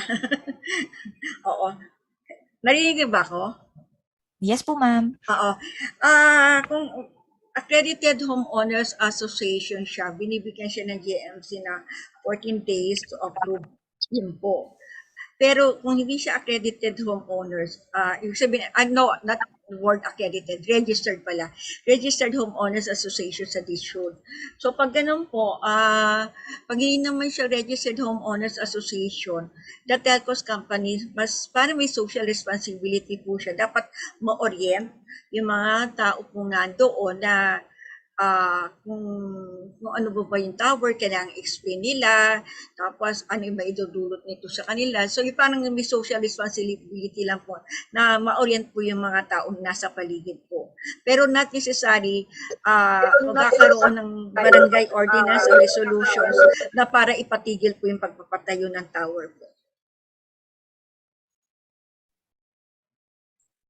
Yung sa PCSD, ma'am, paano tayo matutulungan? Anong PSTC? Palawan Council for Sustainable Development. Na yung Econ Zoning Certificate kasi nila, ma'am, before mabilis lang kasi pag-process kasi pwede magpirma yung district manager dito sa Kalamyan. But then may bago silang resolution na ang executive director na ang mag-pipirma. So it took minsan abot ng 15 days or more than kasi dadalhin pa sa Puerto Princesa for signing. So yun yung nagiging problema. Actually, sir, tinanggal po kasi yun. Even kanina, sabi, tinanggal po yung Laguna Lake LLDA, yung Palawan. Ano po, tinanggal po lahat yun kasi nakaiyo po to sa Bayanihan 2 Act. Pag binasa niyo po yung Bayanihan 2 Act, 3 years po yun na kaya itong GMC natin 3 taon lang po. Kaya di ba nakita nyo naman kanina may GMC 2020 na na-expand ng GMC 2021 kasi nga po tinanggal, sinunod po tayo sa Bayanihan 2 Act. Doon po kasi tayo nagka-problema ng unang GMC. Ang nire-require lang talaga ng Bayanihan 2 Act is building permit and CAAP clearance. So, ibig sabihin, yung other clearances, other permits na hinihingi ng LGUs, wala dapat yun. Kaya po nagkaroon tayo ng revised expanded GMC para liwanagin, ano ba, kasi mahirap naman kung building permit lang at CAAP clearance lang. Samantalang sa building permit, ang daming ancillary permit, background excavation, mayroong electronics, mga ganyan po, bago magkaroon ng building permit, which is silent po yung Bayanihan 2 Act po doon. So, ginawa po ng GMC, niliwanag po doon sa expanded GMC kung ano lang po yung dapat hingin. Kaya yung wala doon sa GMC, hindi po dapat yung dinadaan po sa mga ganung bagay. Pinatanggal na po yun eh. Mabuti nga ho eh. Kumbaga, sinunod lang namin yung Bayanihan 2 Act. So, yung revised expanded GMC natin, good for 3 years lang po to. Nakaangkla po to sa Bayanihan 2 Act. So, pagdating after 3 years po, magbabago po ulit yung GMC po. Meaning, ma'am, just one more. Meaning, supersede niya yung SAP law? Kasi sa SAP law, nire-require talaga yung... Yes, even the Laguna Lake Development Authority po, pinatanggal po yun. Kasi Bayanihan 2 Act po eh. The Bayanihan 2 Act that supersedes the SPCC law, sinasabi niyo po, sir. Yes, hindi po yung GMC ang nagpatanggal the Bayanihan 2 Act po. Yes po. Ma'am Louie, add ko lang din po. May gusto lang din po akong linawin po. I believe somehow outdated po yung na-present ko po sa inyo kanina. I would like to apologize for that. And alam ko po mayroon po tayong dalawang naka-raise hand, but I would like to quickly present something lang po para po malinaw din po sa atin and hindi po tayo ma-confuse po doon sa dalawang JMC. So, meron po tayong dalawang JMC nga po and that would be the JMC nung 2020, which is yung na-present ko po earlier. And then, meron po tayo yung 2021, yung binabanggit po ni Ma'am Louie na expanded, revised po siya. So, let me just share my screen.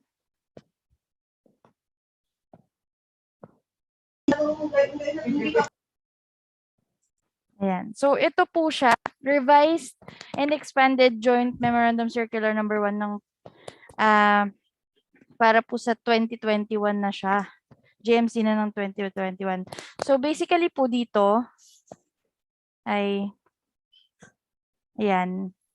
Tinitingnan lang din po yung acceleration ng deployment sa ICT and temporary suspension po ng requirements to secure permits and clearances po doon sa construction ng telecommunications and internet infrastructure except po yung binanggit ni Ma'am Louie na building permit and height clearance permit. So yun nga po, to clarify na po once and for all, for 3 years po as mentioned po niya, yung mga requirements po na ito ay temporarily suspended para po makatulong doon sa ating apply po sa ating permit or rather doon sa yung permit po ng paggamit po ng mga telecommunications. Lalo na po dahil po pandemic kaya mas nakikita po yung pangangailangan para doon sa mga telco natin. And another po ay so makikita po natin ang coverage niya whether shared or exclusive. Now we will be giving you din po a copy po nitong ating bagong JMC yung for 2021 na which would actually cover po pati yung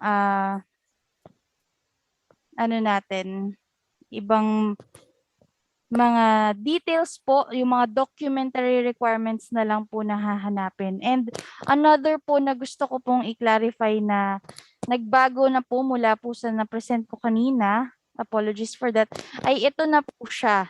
So kanina po sabi natin ay total of 16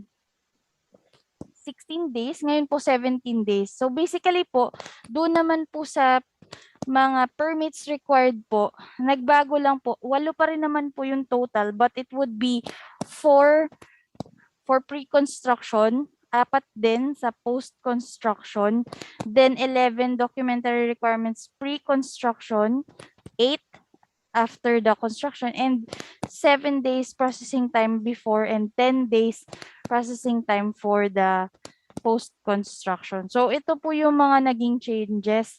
So we will be providing you po again nitong ating presentation material po na ito. So back to you po again, Miss Chelsea.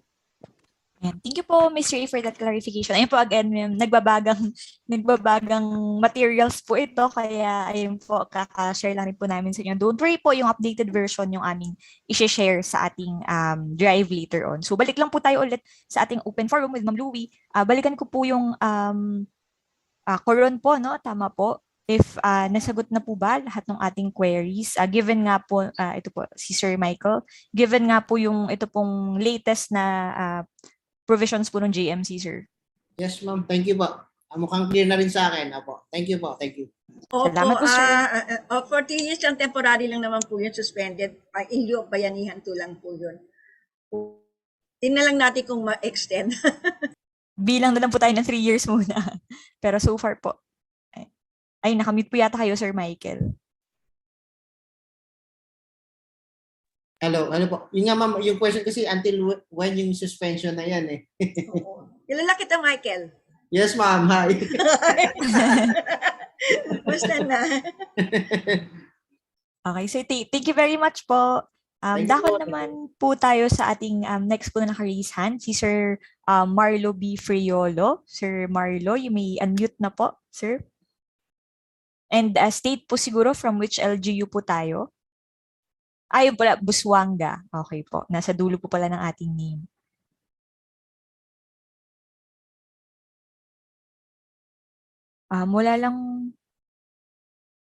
Wala po yata tayong audio, sir.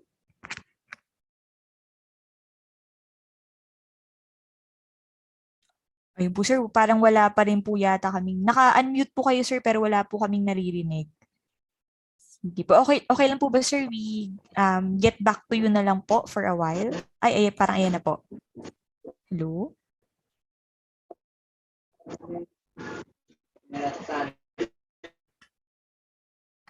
I think medyo mahina yata yung internet connection.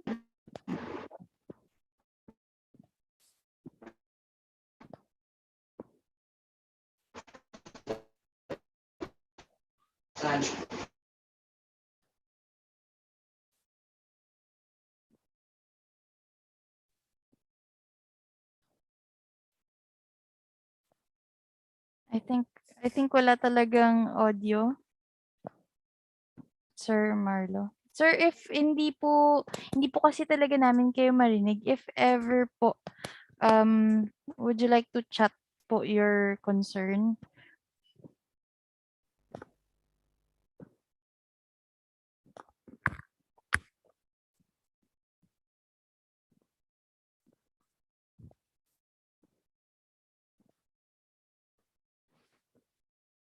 Ayan, hello, sorry. Nawala din yata ako. Opo, sir, baka we can chat na lang po yung ating question. And proceed po muna siguro tayo with kay Pinamalayan po from Oriental Mindoro. Good afternoon po, Ma'am Ayan, Chelsea. si Sir Edwin. Opo, ayan, si Sir Edwin po pala to. Good afternoon po, sir. Good afternoon po, ma'am. Ma'am, for clarification lang po, address to Madam De La Peña. For clarification, ma'am, need po ba talagang kumuha ng business permit considering na passive only or tower lang siya? Wala po siyang business activity conducted? Yun po. Tama yung maganda yung tanong niyo po, sir. Kasi yan din ang tanong namin nung unang ginagawa namin yung GMC. Actually, not necessary naman kailangan magtayo siya ng business. Kasi tower lang naman po ang tinatayo niya eh. So, bahala yung Globe Telecom or yung mga offices, sila yung mayroon pong business permit po. So, not necessary po na ano po yun. So, Kasi meaning, connect naman po kasi sila dun sa mga linya ng mga Globe dito. Yun lang po. Ang tinatayo lang po kasi in tower because additional for the MB, gigabyte, parang something like that, para mas mapabilis po yung internet speed. Kaya lang kailangan po ng mga tower. Kumbaga, yung ano ba yung internet connection, communication line, kung ano-ano pang line na, electrical line na kailangan po ng tower para mas dumami po. Pero the same pa rin, still the Globe company or the Dito company or the Smart company, sila po yung mga may business permit po. okay.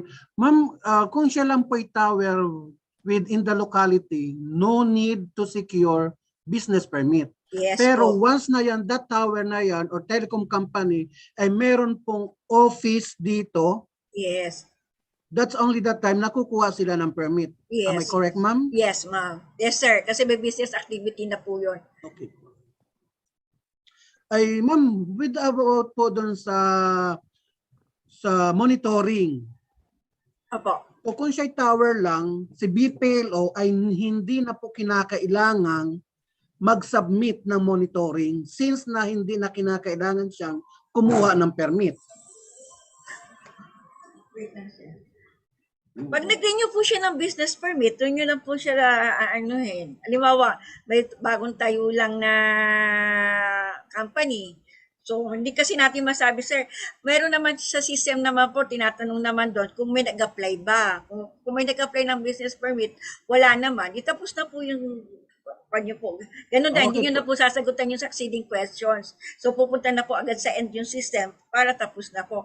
Kaya lang po namin, kailangan lang namin i-monitor kasi hindi namin alam kung baka binigyan tayo ng business, diyan po sa sa inyong lugar. Opo. Actually naman po, hindi naman talaga lahat ng LGUs natatayuan po eh. So, hindi po kasi namin alam, ma-pinpoint na sinong LGUs ba yung tatayuan ng tower o tatayuan ng office. So po, kaya kailangan namin i-monitor lang po lahat. Whether you have or accepted or may natanggap kayo o wala, you need po yun. Para ma-update lang po kami sa record. Ito pala si Pinamalayan, wala palang business activity doon. Walang natayo. Yun lang po yun. Ma'am, ano po, yun pong tinatayuan ng tower, siguro po kung siya po'y umuupa dun sa may-ari, yun po ang kukunan namin ng business permit as lessor. Yes, tama ka, sir. Pero hindi naman po yun ay ipapasa namin sa inyo for monitoring. Kasama din po sa monitoring nyo kasi, di ba, kumbaga ginamit na yung, kunyari yan, kasi yan, di po pinaglaban ng ng Bureau of Fire. Kasi, ang Bureau of Fire, nanininga sila ng fire, di ba, yung sa permit ng fire, FSEC. So, yung FSEC daw, pag halimbawang tinurn over na yung tower for a business, kanya nagpapaupa. Tapos tinayuan ng building, isang building, tinayuan ng tower. Siyempre, business na po daw ang tawag doon kasi nagbabayad yung isang telephone company. Babayad po yung isang telephone company sa rental. So, there's a business na po daw doon. So, ganun po sa papasok yan. So may permit po, madam, maliwanag, Yes. kayong nagpapaupa po ng Yes. property. Yes po, yes po. Thank you po, ma'am. Thank you. Pero pag tower lang, wala pa yun. Yes, Unless ma'am. na itatayo niya sa isang building o sa isang bahay. Yes, Yun, ma'am. pwede po. Okay, thank you po, ma'am. Yan, thank you po. Thank you po, Sir Edwin. And balik po tayo kay Sir Marlo. Baka okay na po yung audio niya.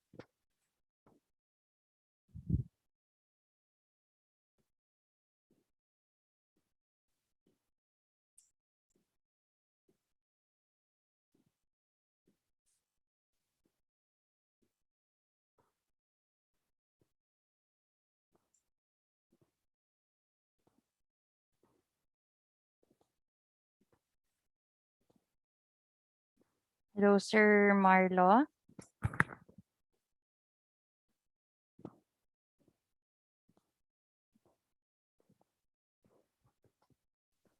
Hello po. Naku, sir, hindi pa rin po namin kayo naririnig.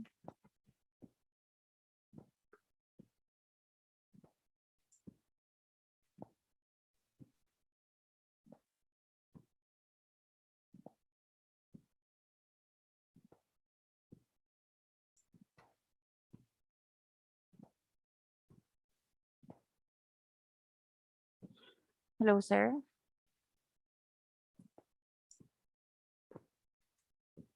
Sir Marlo, if it's okay with you po, kausapin na lang po namin kayo later tapos ano na lang po namin, i-relay na lang po namin yung concern po natin for our resource speaker.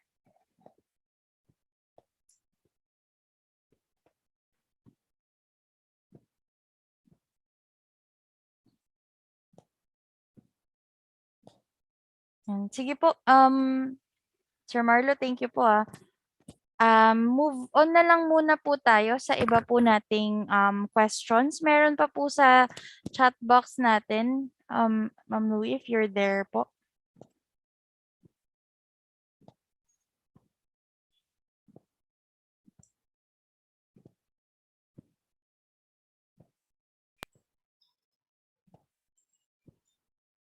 Yan, ma'am, meron lang pong Sorry nawala ako, may tumawag kasi. Okay po, thank you, ma'am. Yung question po ng San Jose Occidental Mindoro is, yung inuupahan na lupa ng tower, dapat po bang mag-apply ng business permit as lessor? Opo, kung ano po, di ba usually pag umupa, may lease of agreement naman sila niyan eh. So,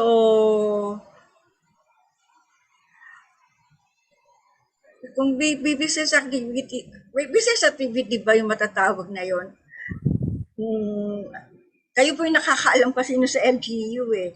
So, kung rental lang, kung rental, is it a kind of business ba?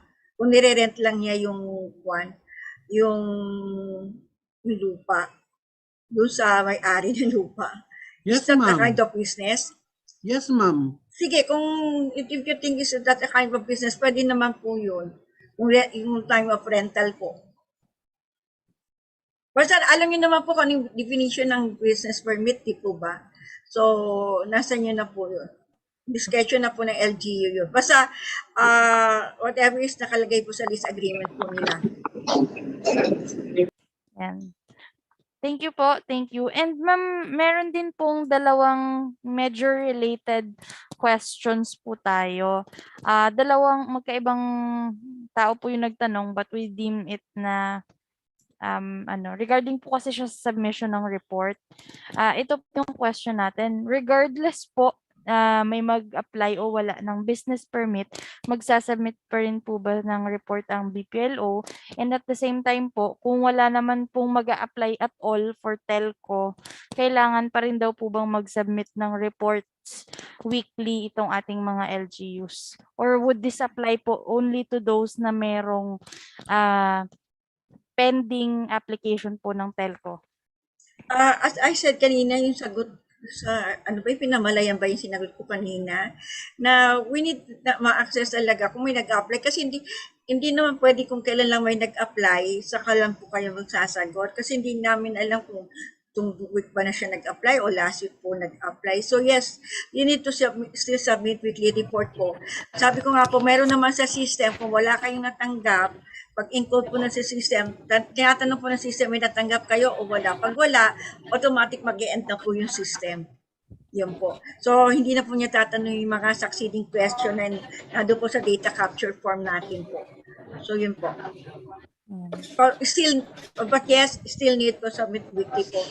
Kami na lang po ang magano na at least alam namin na wala pong natanggap kayo.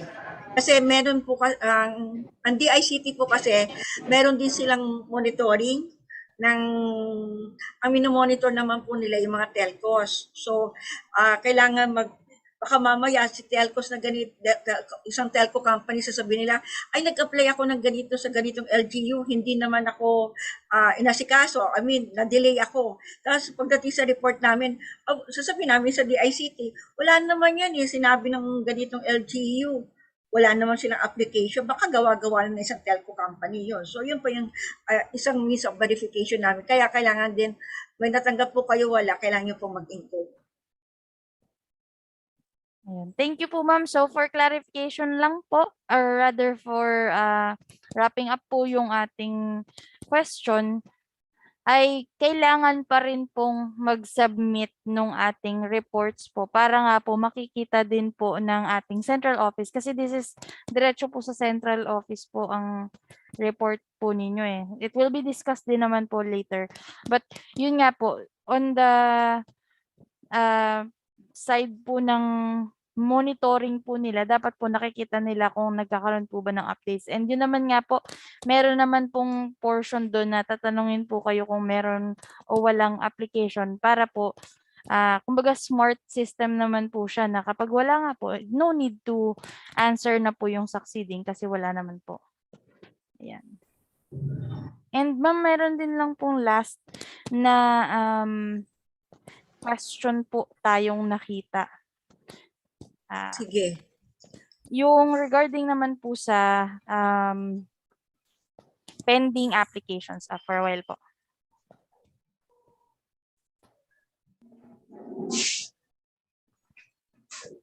Ayan. Yung doon po sa paano po kaya gagawin namin dun sa mga cases na may pending fees na nag-apply ng panibagong permit? Most likely, nahuhold din ang release or approval ng kanilang permit. Yun nga po, hindi na sila bumabalik para bayaran? Parang it would seem na ganun po. Tapos papabayaan na lang nila yon?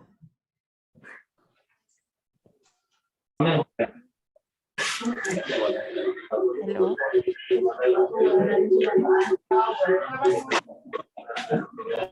Pinapabayaan na po ba ng telcos company nyo? Tapos, what do you mean mag-apply sila ng bago?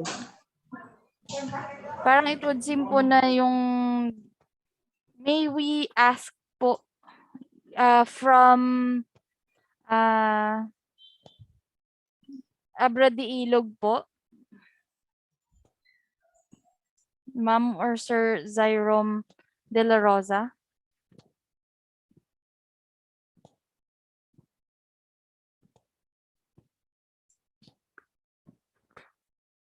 May we clarify po yung inyong concern? Hello ma'am, magandang hapon po. Si Adriel po ito sa Abradi. Mayroon kasi kami cases, halimbawa, meron silang yung smart, meron silang pending payment para sa annual inspection for the previous years. Tapos, meron silang kinumission na company mag-apply ng panibagong tower.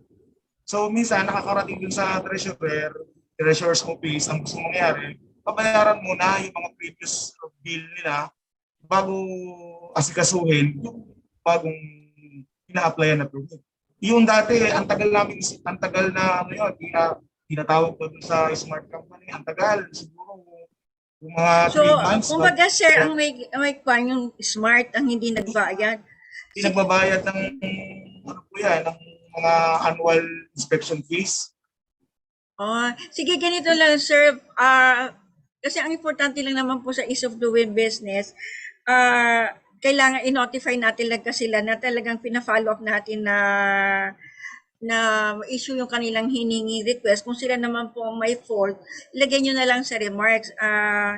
Kasi may remarks column naman po tayo doon na despite of follow-ups, merong ang smart ang hindi tumutugon. Kasi ang importante lang po dito, wala sa atin ang fault eh. Yun pong gusto natin ma-monitor, wala sa LGU yung fault, nasa telcos po. Saka, baka yung inspection naman nyo po sir, baka masyadong mataas o baka whatever, kaya hindi na po sila bumabalik. O baka ang daming requirements na hinihingi kaya hindi na bumalik. Hindi naman po ma'am, kasi kung ang usually itong mga telco, may kino-commission niya ng mga companies din. Yes, opo. Nilang permits. So, halimbawa, yung mga subcontractor. Ibang subcontractor nila para sa permitting. Tapos itong panibagong ina-apply nila, ibang subcontractor din for the permitting. So, magkakaiba sila ng So, hindi yung pinapasa sa bago, kumbaga bagong subcontractor lang yung nag-a-apply lang po siguro doon. Siyempre, kumbaga yung unang nag-apply, baka yun na may problema yung subcontractor nila na yun. Hindi naman pinapabayaan. So, basta ang importante po, hindi nyo sa fault, tapos ilagyan nyo na lang sa remarks kung ano ba, hindi nyo tinanong ang reason, bakit naging ganun, sir? Kung bakit po ganun, ayaw po, matagal po talaga magbayad. Ayaw halos magbitaw ng pambayad ang smart. Magkano naman po ba ibabayaran? Papadala ko sa inyong record, hindi ko lang tanda. Papasample lang po kayo ng... Kasi sir, baka kasi karamihan ng actually hindi naman kami nakakausap ng ng mga telcos, it's ARTA. So, ang sinasabi lang po sa amin ng ARTA, yung fees daw ng mga LGU masyadong malalaki kaya hindi nila nababayaran. Baka sir, kailangan mayroon naman tayong streamlining of LGU systems and procedures. Kasama po yung cost sa ating kinuha. Saka may rationalization of fees and charges na tayo. Kaya sabi ko kanina, may mga telcos na sinisingil ng LGUs. Hindi, ang inaalala ko ma'am, hindi kaya kami balikan naman kasi ibang subcontractor kung mausap dito, rin sa kabila. Kasi sir, reklamo nitong hindi namin talaga, reklamo talaga kayo sir pag hindi nyo talaga pinalo. Basta, ang importante ilagay nyo sa remarks na sila may fault, hindi nagbayad. Kaya lang, ang magiging second question yan, bakit? Bakit hindi nagbayad? Baka sobrang taas ng fee nyo naman. So, yun po yung titingnan natin. Hindi kayo babalikan doon sa, nagpa-follow up kayo, pero babalikan kayo baka sa taas ng fees. Kaya hindi na ayaw magbayad. Yun po. So, sa taas mo, hindi naman siguro masyadong mataas kasi sabi ko sa taga-smart. Magkano po ba? Yun nga po kasi. Yung binabayaran namin na bill ng bawat empleyado dito para doon sa monthly communication kung ano mga binabayaran. Mas malaki pa kaysa doon sa ibabalik payment. Sige po, basta ilagay nyo lang sa remarks kung bakit tatagalan yung issue. Kasi with these TelPOMS po, i-monitor na talaga namin kung gaano kabilis yung pag-issue po ng mga permit o clearances po eh. So, nanaayon sa GMC. So, lagay nyo lang po sa remarks. At least alam namin yung reason. Kung susulat po sila sa amin, kasi may mga sumusulat po sa amin ng mga telcos na natatagalan po. So, at least alam namin yung reason ng LGU po. Pwede kong makakita isang question? Sige po.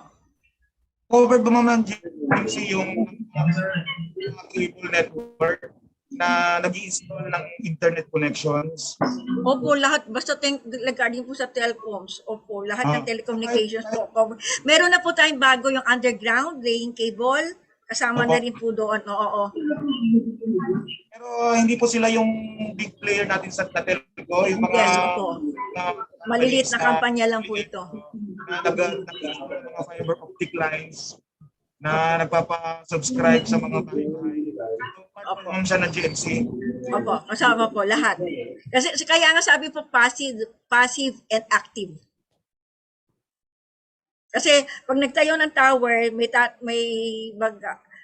ano sa tower, may sasakay. So ito yung mga subcontractor na maliliit na para magkaroon ng internet connection, sasakay po nila sa tower yon. So kasama po sila sa active and passive po. Thank you, ma'am.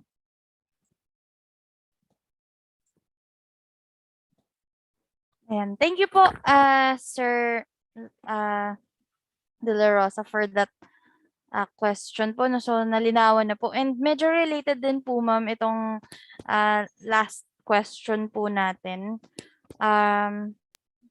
Kung covered daw po ba yung ongoing application po for beach manhole and submarine fiber optic cable? Kasi medyo nabanggit nyo po yung sa underground cable na po, no? Opo. Okay. Yung for the submarine, hindi pa po siya covered ng bagong cable, underground cable laying po. Saka yung post excavation. Hindi po na, kasi ibang na naman opisina daw po yon, mga government agencies ang kausap doon. So, yun, kasunod na po yan, huwag kayong mag-alala. Baka early next year, yung GMC na pa naman po for the submarine fiber optic cable and the beach manhole, yan naman po yun. Ang kinover pa lang po ng bagong GMC, yung mga underground pa lang na land base. Yung pa po lang muna. Pero for the submarine and baka January po yan pag-usapan. Ayun. Thank you po, ma'am. Naku, padami na po ng padami yung ating mga ini-issue po ng mga JMC. It's all because we want po yung ating mga constituents po na mas mapadali nga po yung kanilang pag-a-apply, lalo na nga po ngayong pandemic. At the same time, ay gusto po natin na easier din po, eventually easier din sa ating LGUs yung processes, lalo na nga po at we want to streamline po yung mga permitting process and other activities po. And nakikita nga po natin yung interrelatedness din ng mga EODB activities po natin pagdating po dito sa iba't iba nating umbrella ng mga programs and projects. May So, may sasagutin lang ako sa chat box. Nakita ko sige, daw bakit napaka-frequent naman daw ng reporting. Pasensya na po kayo kasi every 2 weeks po ang reporting din kay President. So talagang tinatanong po lagi pag nakikita po mga secretaries every week po. Nire-report po namin sa Office of the Secretary namin yung pan. Then, i-report po yan ni Secretaries kay President po. So, para malaman kung ilang LGUs na po yung may approved permits, pending permits pa. So, nakalagay po yung mga pangalan doon ng mga LGUs kung sino yung nakapag-approve na at sino yung pending na po na permits pa. So, yun po yung amin talagang nire-report kay Secretary po at kay President po.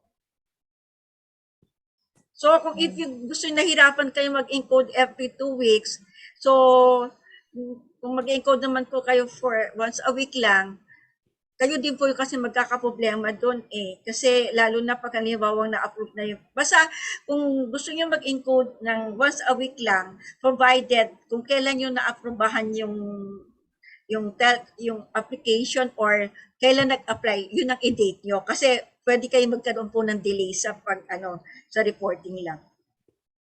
Yes. Thank you so much po, ma'am. And that concludes po yung ating open forum, particularly po dun sa ating guidelines po on the use of TelPOMS and at the same time yung sa atin pong guidelines for the shared PTTIs po natin. Alright, now we will move on na po sa next discussion po natin. Gusto naman po nating makita ngayon kung ano na po yung status ng compliance ng MIMAROPA pagdating po sa telco permits. So para bigyan po tayo ng overview po dito, we'd like to call on po ang focal person ng LGMed ng atin pong Monitoring and Evaluation Division sa LG MIMAROPA to give us itong status po. May call on Sir LGOO2 June Marvin G. Salvacion. Hello, Sean. Good afternoon. Good afternoon po. Narinig na po ako? Yes, you can be heard clearly. Thank you po. Pa-share screen na lang po ako, ma'am. Alright. So, ayan po. Nakikita po? Yes, thank you. Ay, Okay okay po. na siya. So, ito po yung status ng encoding on TelPOMS po natin as of November 2 po ito. Starting po ito nung April po, January, February, March, April. Yes po, nung April po nung nagbaba po ng memorandum tungkol doon po sa presidential directives on telecommunication companies or telcos po. So, una po natin, una po ay yung EOs and focal persons po. Sa status po ng submission ng EOs, ito po yung ating status. For 6 municipalities po ng Marinduque, wala pa pong nakakapag-encode doon po sa ating link po. Nasa link po natin doon sa baba, sa kanan, nakikita po natin doon yung source. So, yan po yung pag-i-encode natin ng EOs po. And sa Occidental Mindoro po, out of 11, meron pong 7 na nakapag-encode, pero out of 7 po, 4 lang po doon yung nakapag-encode ng kanilang EO po. Same with Oriental Mindoro naman po, sa 12 po nakapag-encode, 10 po doon yung may EO lang po.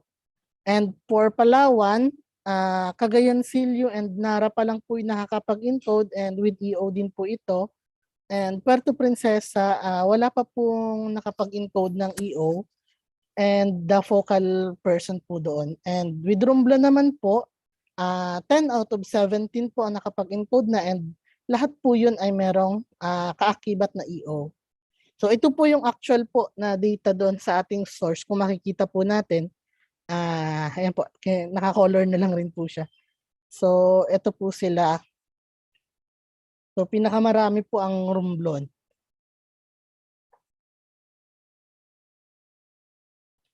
So pagdating naman po sa ating mga DCFs po, ito po ay sa courtesy po ni Ma'am Uwi. Humingi po ako sa kanya last October po ng summary po. So with application naman po, na ito naman po ay yung sa DCF2 po, yung presidential directives. Meron po kasing link yan doon. Ayun po yung link sa baba, kung makikita po natin sa kanan yung bit.do/telco. So ito po yung summary po doon with application. So wala pong applications na na-receive si Marinduque. Occidental Mindoro naman po ay meron po siyang 4 na receive per application and 7 for assistance po. And Oriental Mindoro 8 and 12 for assistance. And Palawan po no application received po as per the data, and 2 naman po ang na-receive nila for assistance. And 7 po sa Puerto Princesa ang nag-apply. And Romblon naman po, 2 ang nag-apply and 10 po is for assistance. Again po, makikita po natin yung data niyan doon po sa ating bit.do/telco. So for next po, ito po yung report, galing po ito sa ating Local Fiscal Resource Development Division po. From Bureau of Local Government Division po, from Ms. Uwi po. So Marinduque po, wala naman po sa buong MIMAROPA po, ang summary of count of approved applications requested on telcos to LGUs as of October 18 po. Ang Occidental Mindoro po ay mayroong San Jose, at ang kanilang pending permits requested po is the locational clearance, and the number of permits requested was 3. And Romblon po, meron po silang business permits and 2 po iyon. So as for the summary of count of approved applications po requested of telcos to LGUs as of October 18 din po, meron pong ang Occidental Mindoro ay may 2 pong locational clearance po, per pending permits naman po ito. And ito po yung progress report on fast tracking of telecommunications applications. This is from BLGD rin po, from Ms. Uwi.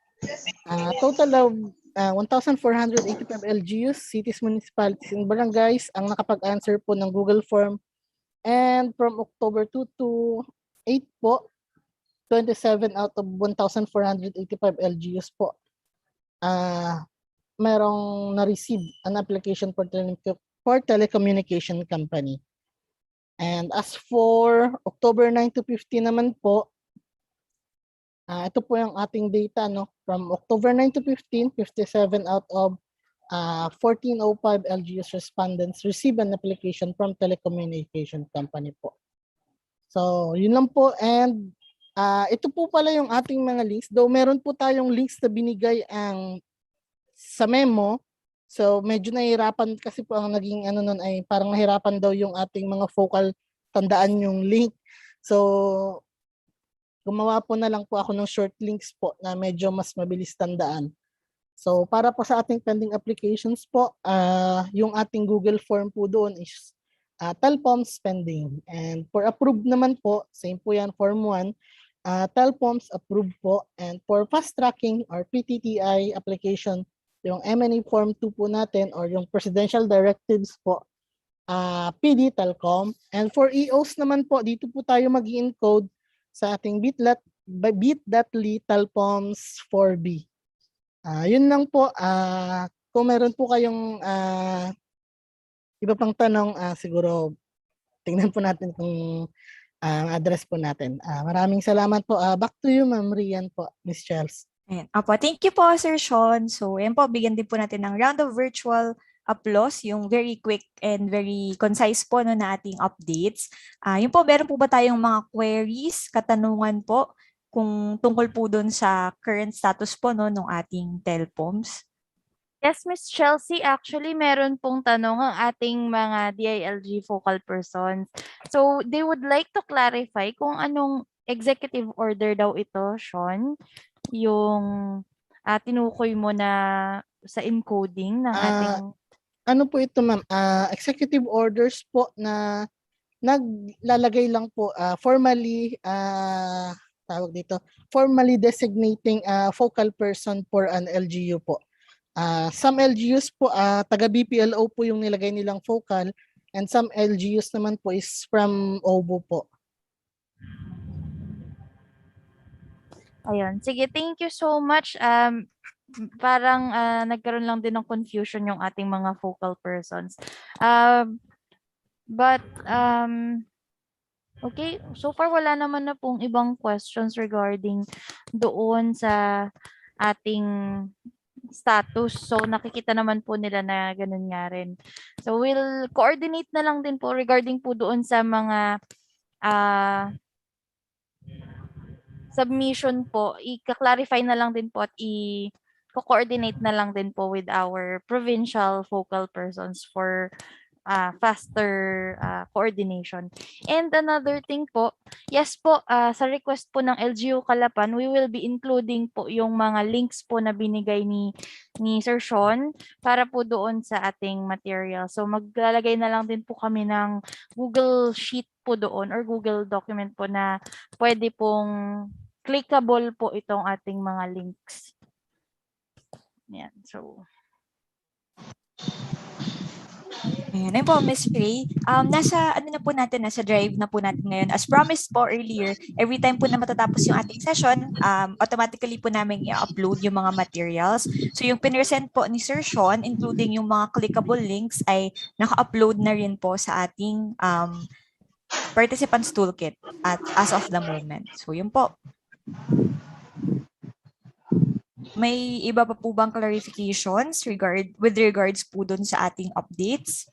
For ano po, no? May mga nais po ba tayong itanong or okay na po ba tayo so far?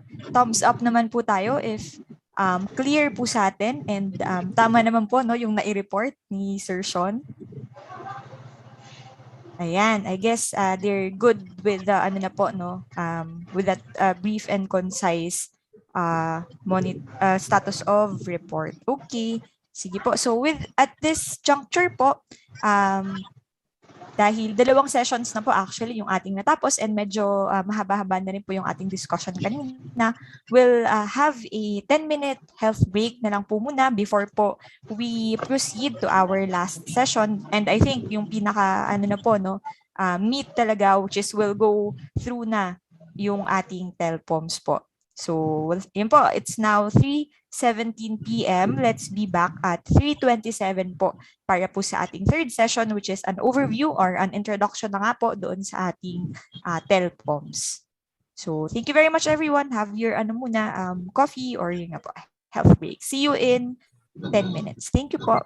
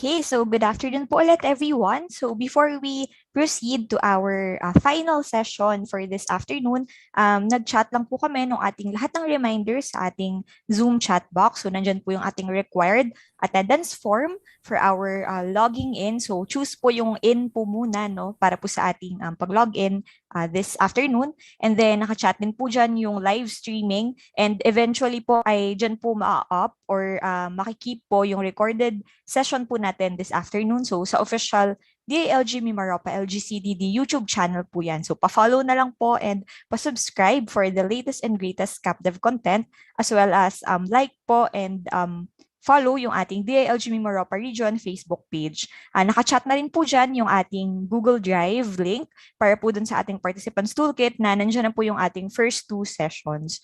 So now po, It's already 3:30 na po, no? So tayo ay magpo-proceed na po sa ating huling session for this afternoon. And of course, it's the meat of our activity this afternoon. So it's in the introduction to the telecommunication permit online monitoring system, or yung TelPOMS na po na kanina po nating pinag-uusapan. So ang amin pong Regional Information Technology Officer from the DILG MIMAROPA region, si Sir Jerome B. Bato Malaki, will be discussing a system walkthrough po, including creation of LGU accounts, discussion of system interface, and yung process po ng pag-encode. So atin pong i-welcome sa virtual floor si Sir Jerome. Magandang hapon po, Sir Jerome. Hello, ma'am. Good afternoon po sa lahat. Am I loud and clear, ma'am? Yes, sir. Very clear po. Okay po. Share ko lang ang aking PowerPoint. Yan po. So if meron po kayong question regarding sa system, hindi na lang po, chat na lang po sa ating chat box, and marirecord po yan ng ating secretariat po. So ito po, this is the LGU Telco Permit Monitoring System, or our TelPOMS. So this was created by ICTMS po, no? So ang agenda po natin dito is para po matrain yung mga administrators for the roles, and also yung ating mga users, like sa LGU users po natin, ang ating CTN Municipality Field Officers po ng DILG, then po sa ating DILG Provincial Focal Person, since the RIC 2 and the Regional Focal Person po ay trained naman na po dito. Ayan. So the system feature of the TelPOMS, ayan po. First po is the management of permit application. So makikita po natin mamaya yan na pwede po tayo mag-add ng mga nag-apply po sa atin ng permit.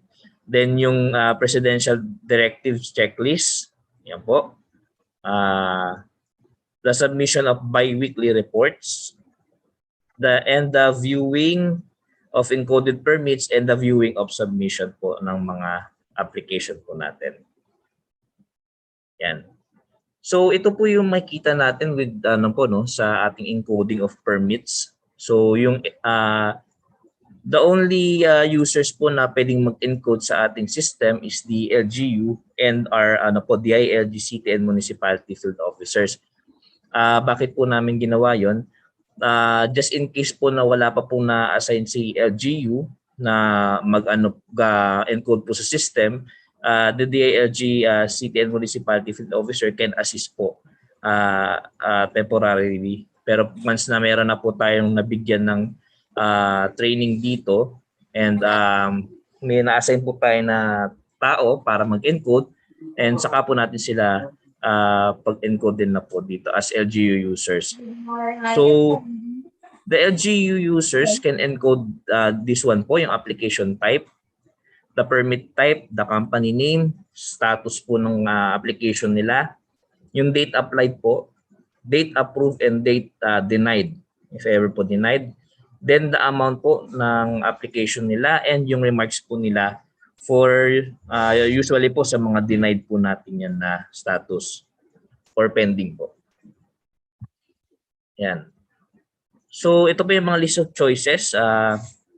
Ay sa application type may new and renewal. Then sa permit type, ayan po, nakalista po dyan.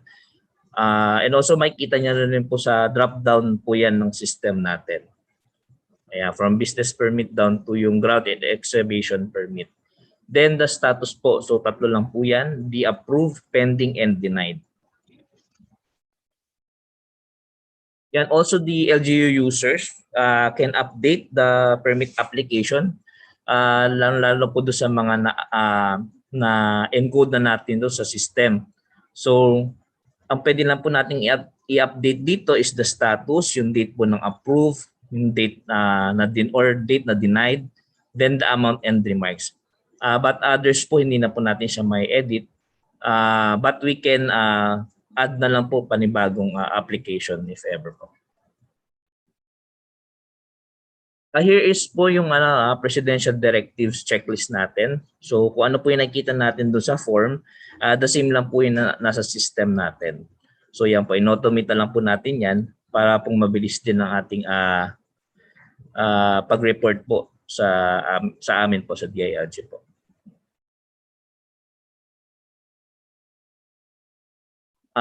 This one po is the submission of the biweekly reports. So the LGU can generate reports and submit po diretso na po sa central office po ng DILG.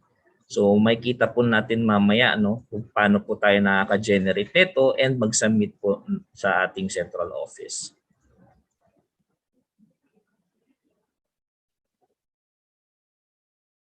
Next po yung ating viewing of encoded permits.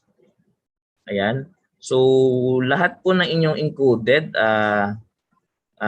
from this time po up to hanggang sa app pa po ang ating system.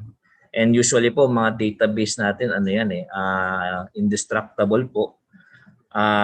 Lalo po ay nagba-backup po kami sa DILG every day naman po. So we have backup po ng database sa regional office and sa ating central office. So kung ma-assure ko po na hindi mawawala yung mga may encode po dito. And yun po yung viewing po ng ating submission of reports. So ito po yung mga users role natin. Kapayawan ko lang din po. So we have po yung LGU users, the city, municipality, field officers po ng DILG. They are the ones po na pwedeng mag-encode sa ating system. And we have yung provincial users and regional users. The users po na provincial and regional can view yung status po ng ating mga reports.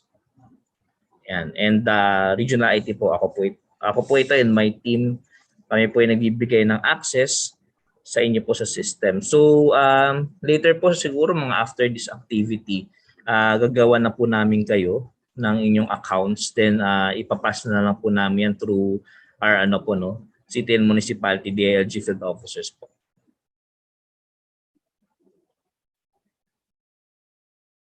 So yan po.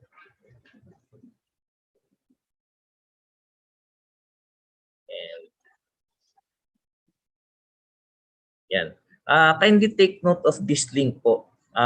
https://telco.dilg.gov.ph. So yan po ang ating live website. So lahat po na ilalagay nyo dyan is recorded na po sa system and will include na po sa inyong report po bi-weekly. So make sure po na ang encode po natin dito is yung real data na po natin. Kung gusto niyo pong picturean, pwede naman po, but this will be included po sa materials po na ibibigay sa atin ng ating training team. Yan. Any questions po so far? Sir Jerome, meron lang pong isa from Nara, Palawan. Anong type of application daw po kaya kapag upgrading lang yung telecom?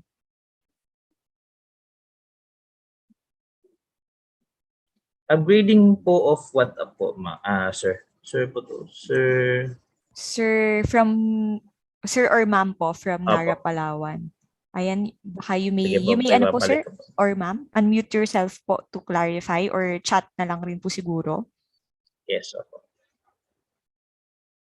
Kasi po, if ever po updating lang tayo ng permits, ito lang po ang pwede nating palitan. Yung status, yung date approved, or date denied, yung amount and remarks. Kung wala po dito, we will have to add another po na permit application. So kung tingin ko po if upgrade po siya, I think dapat po mag-add tayo ng bagong encoded na permit application po. Hello?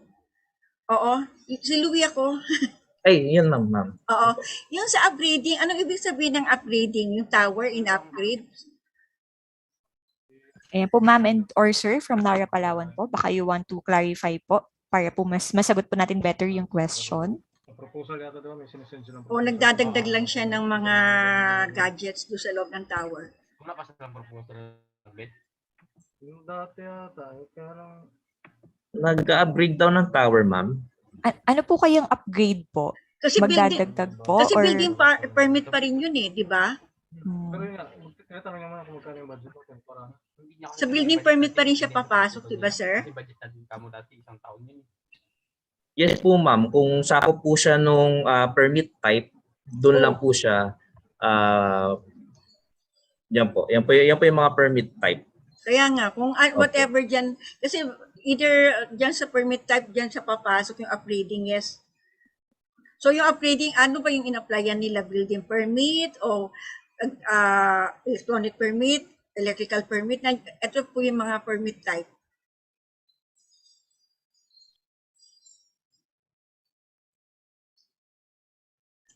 Yun po. So ma'am, if ever po ibang permit type, mag-a-add na lang po sila ng bago po sa system. Walang permit na upgrading permit eh.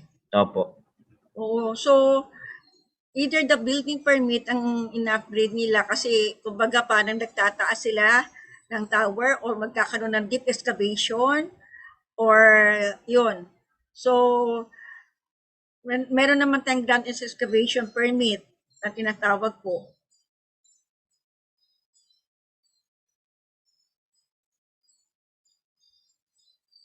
Ayan. Sige po, thank you po. I-further clarify na lang po siguro from Nara if may ano po tayo, clarifications. Pero mukhang clear naman na po yata sa kanila na ito po yung mga permit types lang po. Okay na daw. Okay na daw po, Sir Jerome. May isa lang po dito, hindi raw po makapasok dun sa system. Sige po ma'am, pag ganyan po mga issue, we'll look at it na lang po after po ng session natin ma'am. But for this one po, check ko lang po ulit I think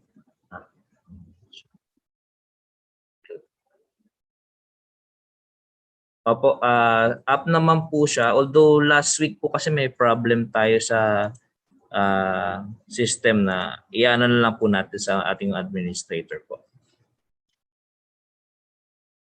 But sa akin po, okay po siya.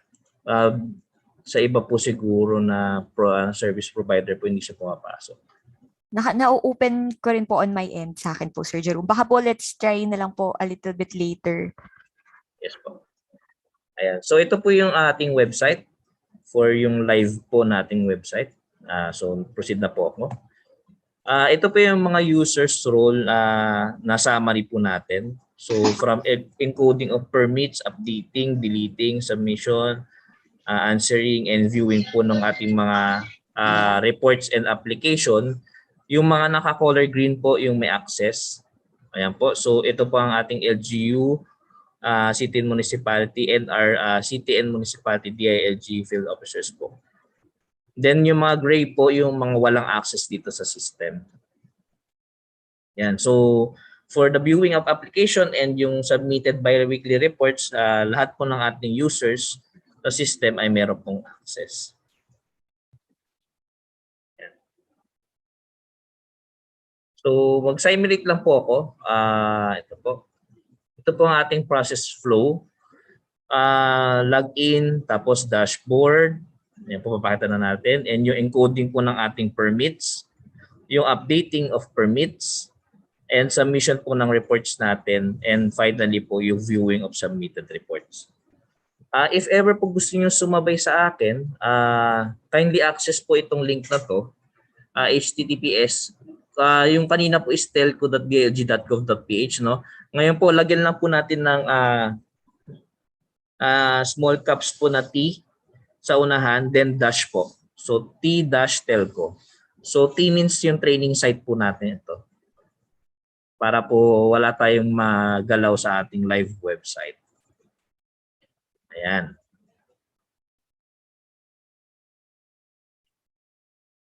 Then, kung ito po yung ating username and password. So, ang dami account po natin, ang gagamitin ko po isa Marinduque Buwak po.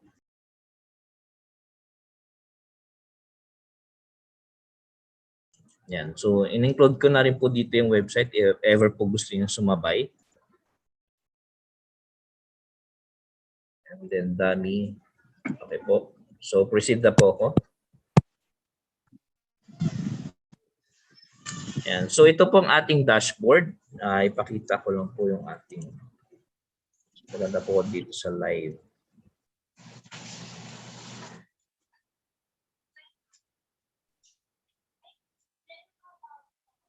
Ayan. So ito po ang dummy buwak.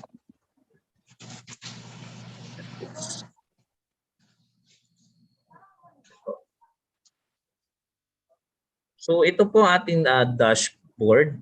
We have po yung ating sidebar, yung ating weekly summary. Ito po siya. Weekly summary. And yung monthly summary of biweekly reports na pwede rin po natin palitan to kung gusto po natin ng ito po quarterly, pwede po natin palitan ng monthly. So may button lang po dyan. Then yung monthly permit summary, nandito po sa pinaka-right. Pie chart po siya. And you can also print this one po if gusto niyo po ng reference. Yan.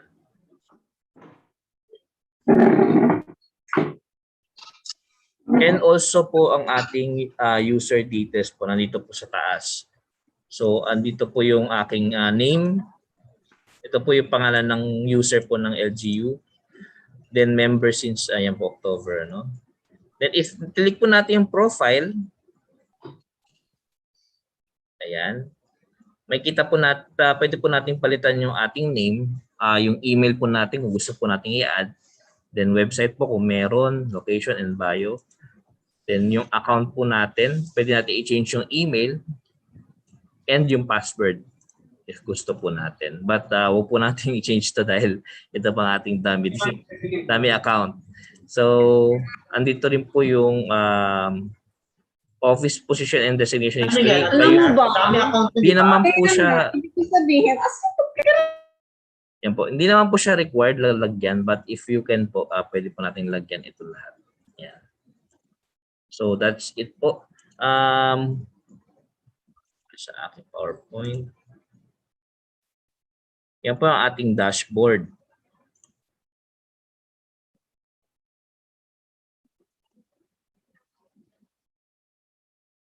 Next po natin yung ano po no, how to encode yung permit application. So sabi po dito is click lang po natin sa dashboard yung permit po na button or field po dito or menu.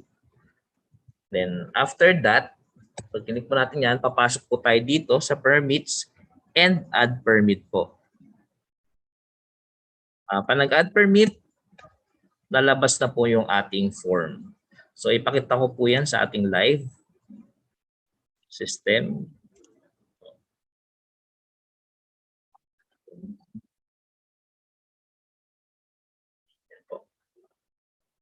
Ma'am Chelsea, paano na lang po kung hindi ko po nasi-share yung tamang ano po, no?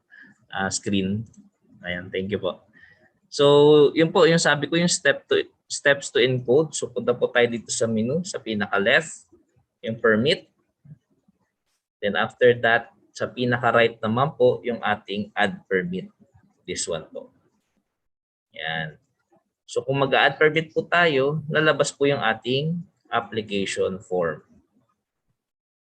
Yan. Tapos sa ating application form, sa ating permit, meron po dito yung application type. Yan. So we have new application and renewal. Yung permit type po natin, ayan, nakalist na po lahat dyan. Yung company. If ever po na wala dito sa list, yung company, click lang po natin yung contractor. Ayan po. Then i-provide po natin yung name po. Yan. Then the status po ng kanilang application, nandyan. Date applied po nila and yung amount po. And after po niyan yung remarks. So for example po, ang gagamitin ko is new application, business permit, example, then telecom, then the status po. So kunwari po dito is pending. Sige, pending po muna natin. Then ang gamitin ko pong date siguro po is Last week po. Try natin itong 28. Then the amount po. Teko po siya. 26 na lang po pala. Yan. Then yung amount, 300. Then remarks po if ever, bakit po siya pending or bakit po siya denied. So, and then create na po after. Kung okay na po tayo sa lahat, click po natin yung create. Make sure po na tama yung ating application type, permit type, and company. Dahil hindi na po natin to ma-update if ever po na-create na natin itong file. Then we click po yung ating create. And mapupunta na po yan sa ating list, which is this one po. Pinaka-top po palagi yung ating bagong application. So, any question po sa ating pag-add po ng permit? Type ko lang din po yung chat box.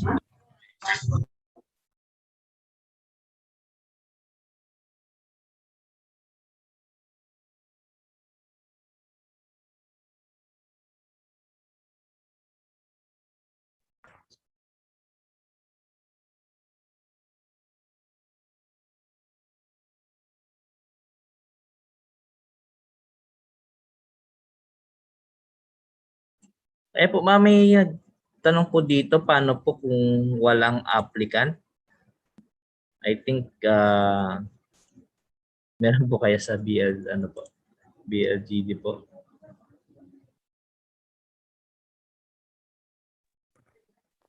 So I would like to ask po, Ma'am Louie, if you're, po?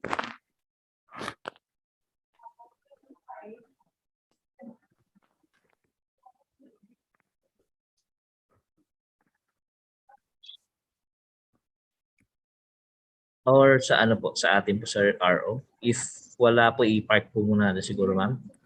Sige, Sir Jerome, we'll park na lang po Sige para po. later. Thank you.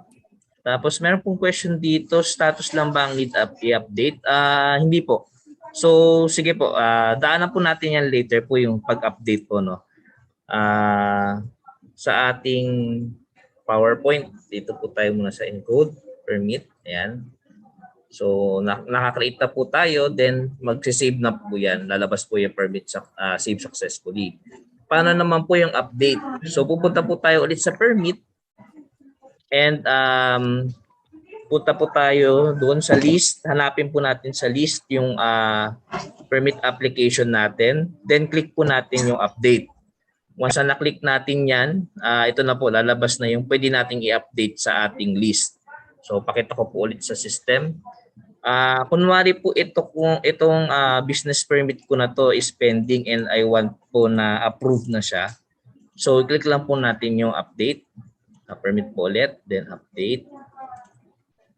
Ayan. So ang pwede na po na i-update, tulad po ng sabi ko kanina, is the status and yung date applied, yan, and amount and remarks. So with the application type, permit type, and company name po, hindi na po natin siya ma-edit.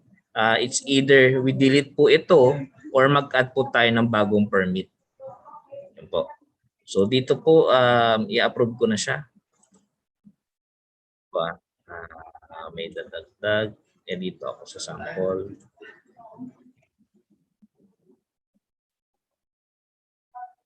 Aking globe. And ito pala. So, papalitan ko po siya ng approve. Yan. Tapos, lalabas po si date approve na po ngayon.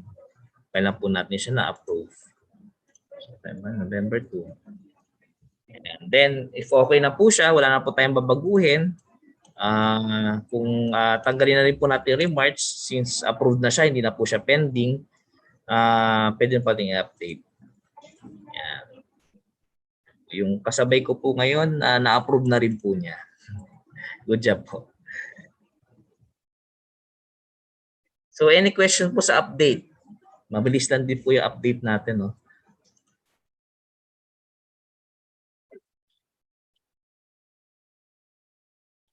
Sige po, yung proceed na po ako. Yung iba po na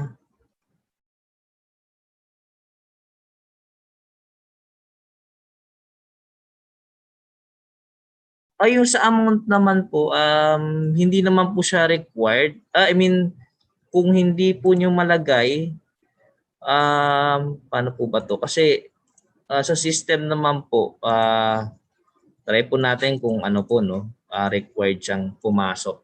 So kung sa new, lalabas din po kasi siya na pending eh. Then yung ano po, papasok po siya sa pending kung wala pa po kayong amount na nilagay. So kunwari po ganyan, pending.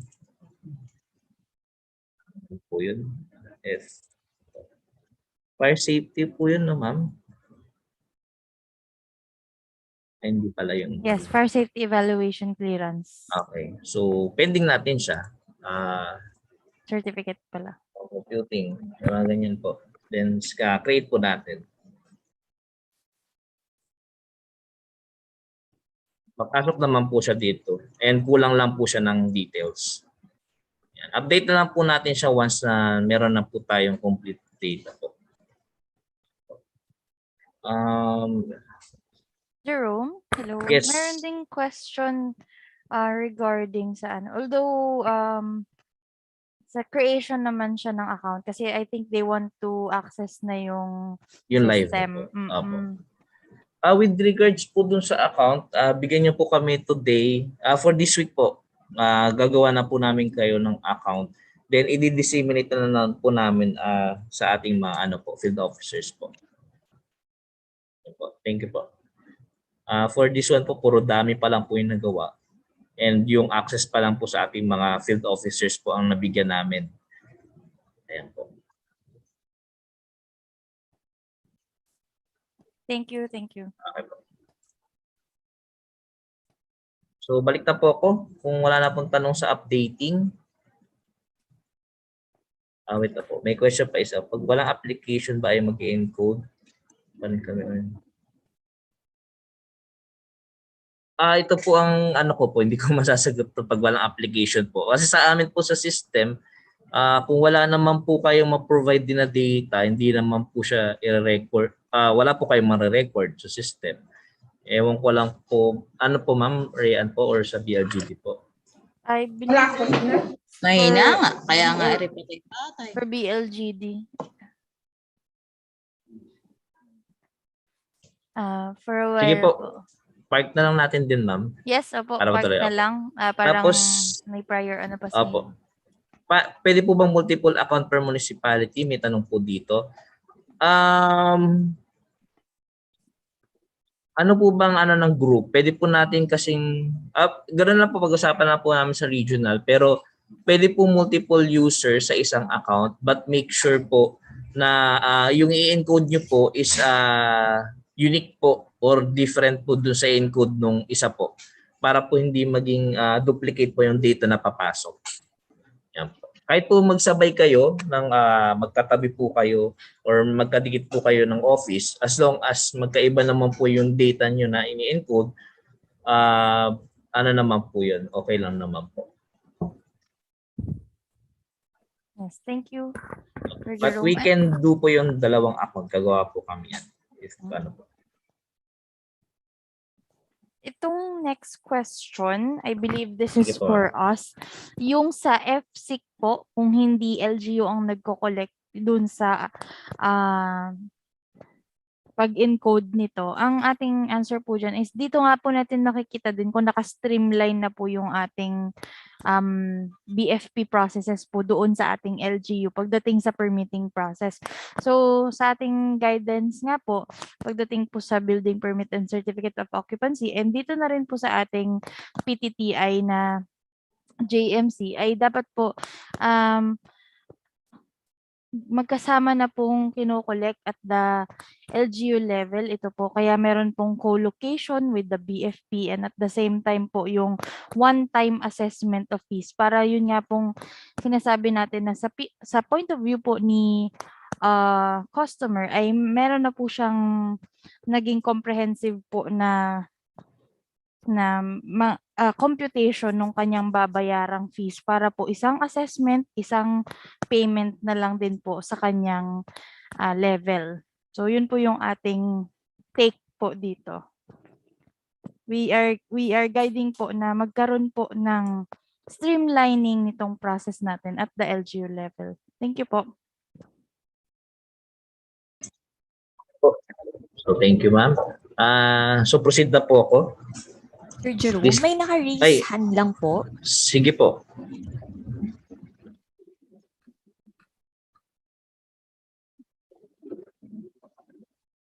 Kindly siya unmute na lang po.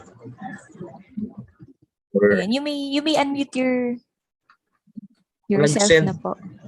Nag-send siya ma'am ng, wait lang po siya po to. Ako po nag-send na lang siya ng chat. Sir, kung no building permit, no occupancy pending po ba muna? Paano po kung tumagal, walang building permit pending po muna? Yes sir, opo, kung ganun po na pending siya, yung status po niya talaga din is naka-pending habang wala pa po yung inyo, kung hindi pa po okay sa inyo.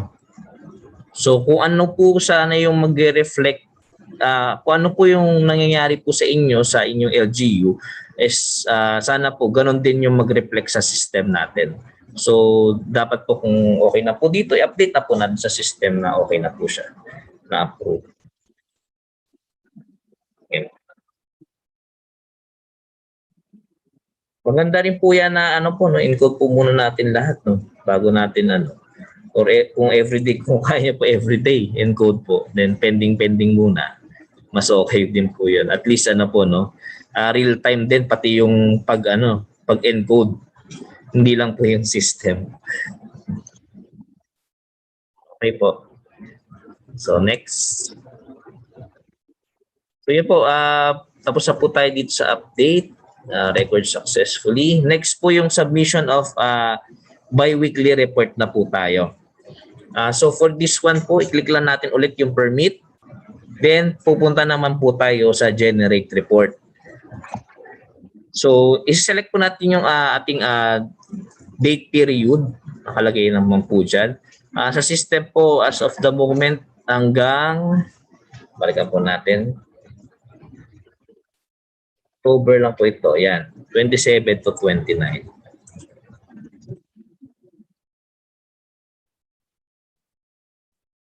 Yan.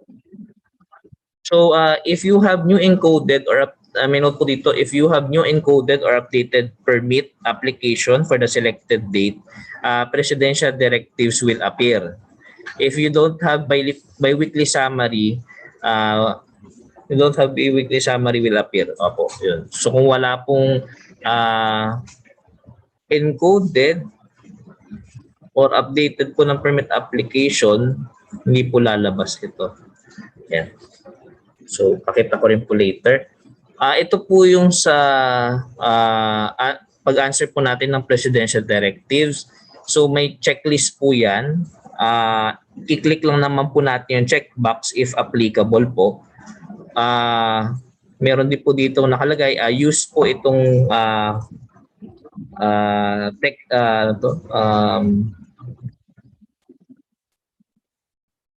ito po, basta ito pong semicolon, if after one document, if more than one po yung ilalagay po natin. And other questions po need to answer will appear if necessary po. Yeah, so pakita ko rin yan po after nito.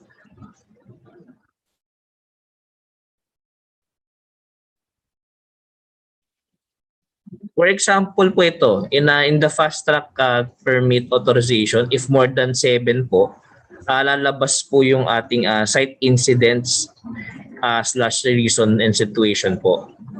Yan. So kailangan po natin i-complete yung field na yan. Then kung okay na po lahat, i-click lang po natin yung submit bi-weekly. So,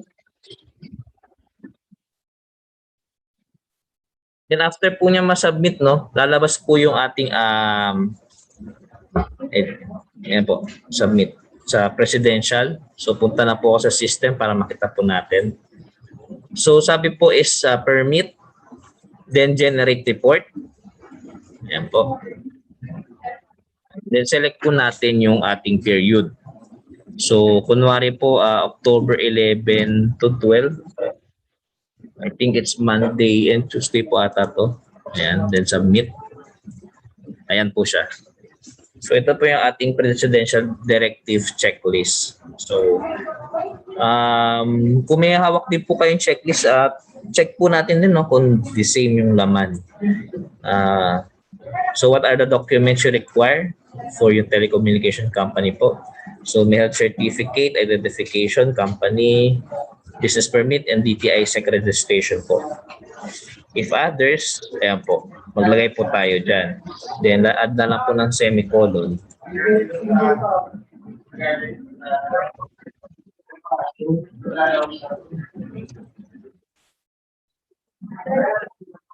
Yan, ganyan po siya. Kunwari po ay ID1, document 1, ganyan po. So, ilan po siya, document 2. Yan. If ever lang po na company business permit or identification card, pwede naman po siya multiple. So next po, do you allow telecommunication companies to work during emergency? Yes or no? Pag-click po natin yung no dito, mag-cite po tayo ng incident, reasons, and situations po.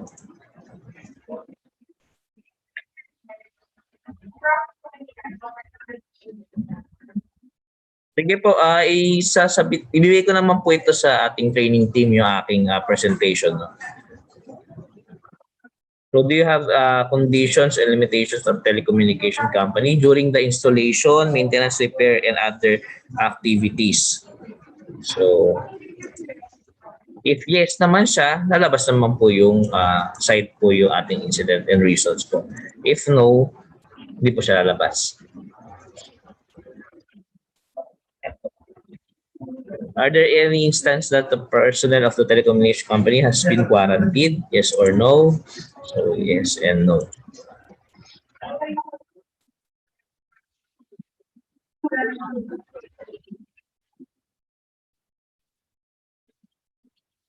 So any incident, telecommunication company, so ano ko na lang po, no, i-run through ko na lang po ito. Then if ever po may mga questions kayo, ask na lang po tayo. Ayan. So number 5.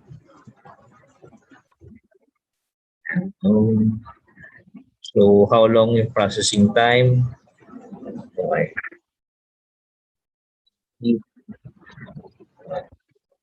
Kung natin na mas mahaba. Yan. So kung lagpas po naman dito sa ating fast track permission authorization, lalabas po yung ating incident reason. So, pare po 1 natin lahat. Yung certificate.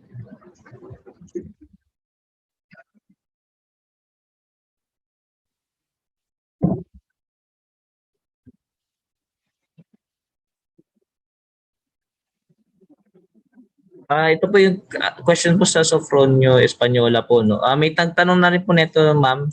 I-park po muna natin. Sasagutin po later po. Thank you po. So how long po yung processing time ng fire safety inspection clearance? So sample na naman po ito, no? Try nyo na lang din po sa inyo kung yung real data nyo po para mas okay po. So certificate use of related to telecommunication company. Yan. Processing time ng business permit. Yan. Does your telecom company application permit pass through local sanggunian? Yes or no? Natin no. Tapos ito ay sa pass through homeowners association. So, no. If yes naman po, cite po yung ating reason. And lastly po, assistance to telcos. Have you provide any support or assistance to telco companies during yung installation, maintenance, and repair, and other activities? Pag yes po, magbibigay po tayo ng ating mga executive orders, ordinance, resolution po with regards po dun sa ating assistance sa mga telco companies. Okay.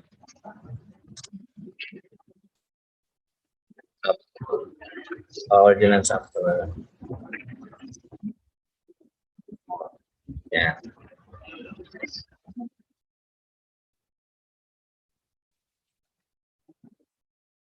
Kung okay na po siya,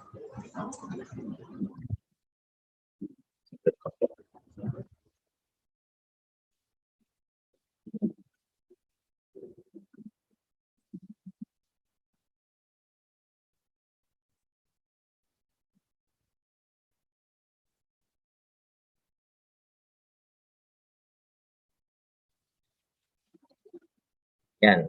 So, nasabit ko na po ang aking presidential directives. So, next po tayo. Any questions po doon? Paano po?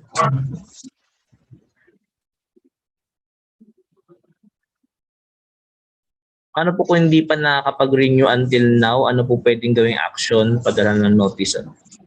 Or nare-require mag-renew po? Sige po ma'am, i-ano din po natin to, sasagutin po mamaya. Po, park na lang din po muna natin. So ito naman po next natin na bi-weekly report. After answering po yung President directives, lalabas po ito, yung kanina nating ginagawa po. Then pag okay na po siya, submit lang po natin.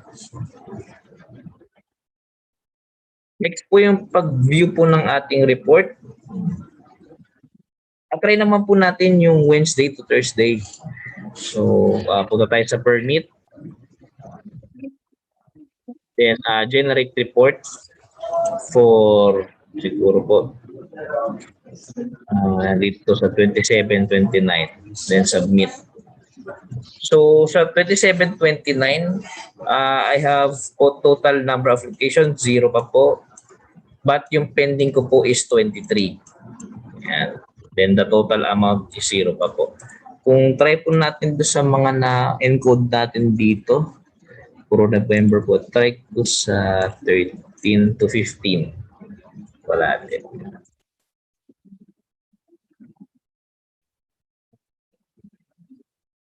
So, puro pending pa po, no? But, yan. Sige po, try natin ito, October 13 to 15. Yan, submit report. And ang sabi po niya is weekly report has been submitted. Then, to view po yan, tayo dito. Yan. To view po yung ating reports, punta na tayo sa dashboard ulit. Then, by weekly reports. Yan. Then, view po natin yung ating report.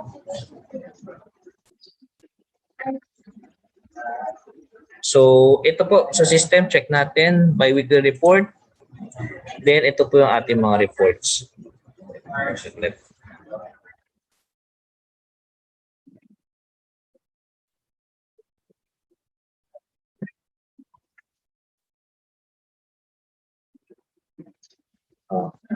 Ayan. So, dito po siya sa baba. But meron po nag-testing po dito, no? Ito, sinubmit niya yung October 11 to 13. So, view po natin yan. Ayan po ang sabi niya, yung MIMAROPA Marinduque BOAP, from October 11 to October 13, they have 21 applications. 5 po yung approved, then 25 pa po yung pending, and 3 yung denied. Then the total amount fee, ito total po niya lahat-lahat from that date po, from October 11 to 13. Ito po yun. Then encoded by, so kung sino po ilagay natin na pangalan sa system, yan po yung lalabas po dyan na encoded by. Then yung date po kung kailan natin sinubmit yung report.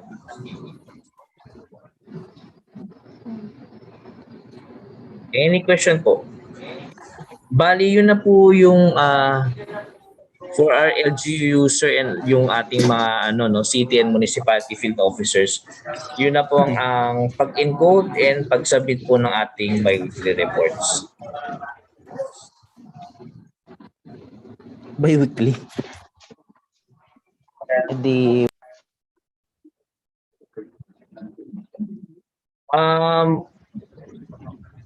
For naman po sa ating mga field officers po, gamitin po natin ito sa intranet po natin. Lahat po kayo ay binigyan na po namin. And access nyo na po yung LGU Telco Permit Monitoring System -admin panel.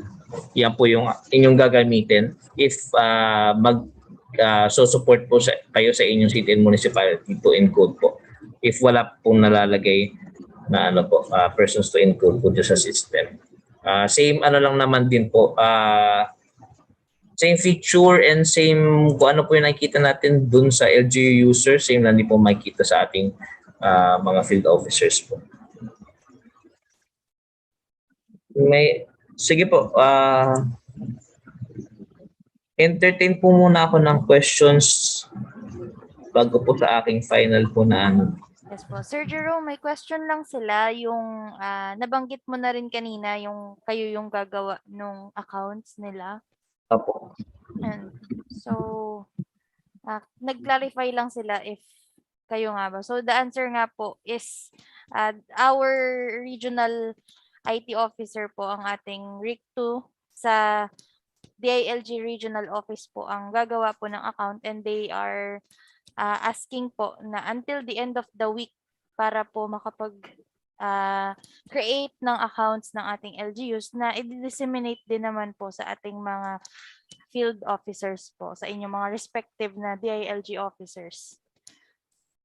And isa pa po, if ever po nakagawa na kami ng account, if you can edit na po, since pinakita ko na, balikan ko lang po,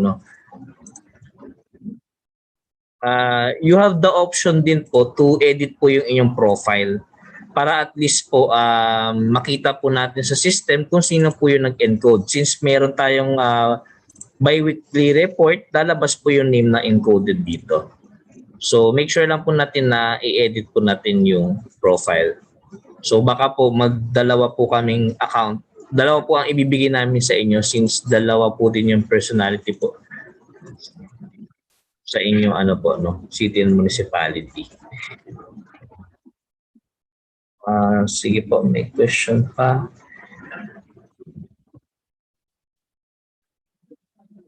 Okay.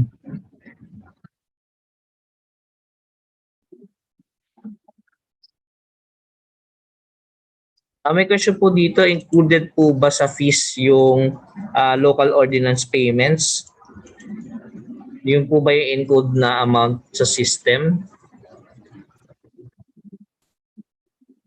Maybe sa Maybe sa we BLGD can po.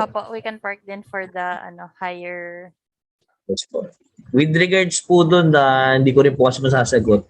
But the system po, kung ilan po yung lahat-lahat na po nung payments doon sa application nila, yun po yung ilalagay po doon sa system. But with regards po kung ano-anong payments po yun, later po sasagutin po yan. Kung wala pa po question, ito po yung aking final na pakita ko lang sa presentation para po hindi natin makalimutan.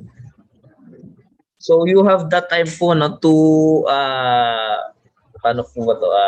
check pa po or i-try po yung ating system using po itong training site namin. For LGU, ito po may t-telco.dig.gov.ph. And for our intranet users or yung ating DILG personnel, pwede po tayo pumasok sa yung may dev po naman. LGU Telco Permit Monitoring System, tapos may open and close parenthesis dev po. But if sa ating mga DILG personnel po, if wala pa po kayo nito sa training set, just ask na lang po yung ating RIC2 para po mabigyan kayo ng access. Yan. And yung ating live site po, kindly take note po. This one.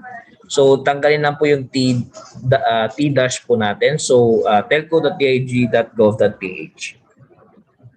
Yan. And for our intranet users, yung wala pong dev na makikita nyo po sa inyong my applications. So that's all po sa ating telco permit monitoring system. Thank you, Sir Jerome. Thank you po. Opo, sige, bigyan naman po ulit natin ng virtual round of applause si Sir Jerome para po sa pag-walkthrough sa atin doon po sa system. Again po, nasa drive na po natin, nasa participants toolkit na po natin yung pinesent po ni Sir Jerome. Lahat po ng links na nandun po ay clickable naman po and hopefully doon po sa mga hindi po naka-access kanina, try lang po natin pamaya-maya dahil some of us were able to access it po kanina. Baka po sadyang nagkataon lang po na hindi po ma-access for some people kanina po. Tapos dito po sa tanong lang po na bago ng Cagayan Silio, ito po yung natanong na rin po na question kanina with regards po dun sa wala pong application. Pinark po muna natin and we'll get back to you po as soon as we get advice po from the higher office. So babalikan, we'll make sure po na i-communicate po namin yung answer dito sa atin po mga field officers and PFPs. So ayun po, meron po bang mga huling katanungan po para po sa ating third session kay Sir Jerome? Ayan, very step by step niya po tayong winok through at sinagot niya po yung tanong kada step of the way. Pa-thumbs up naman po if wala na po tayong other po na naisip. Later po ay ifa-flash naman po namin yung amin pong contact details. Pwede niyo po kami matanong anytime regarding the system kung tayo po ay may mga ma-encounter po na questions habang ginagamit na po natin ito. And yun nga po, we'll send an official communication na lang with regards dun sa actual accounts na po ng ating mga LGU para po dun sa live na website. Okay, so may mga ilan na pong nag-thumbs up. Ayan, maraming salamat po ulit Sir Jerome for walking us through the TelPOMS. Okay po. So, ayan, we're I think nearing the last na po of our activities for this afternoon. Bigyan naman po natin ng round of applause yung atin naman pong mga sarili. So para naman po sa atin, para po sa pakikinig at bibigay po ng mga valuable questions na mas nakapaklear pa po sa atin ng topic at hand. Ayan, sige, for a while lang po sa atin pong secretary.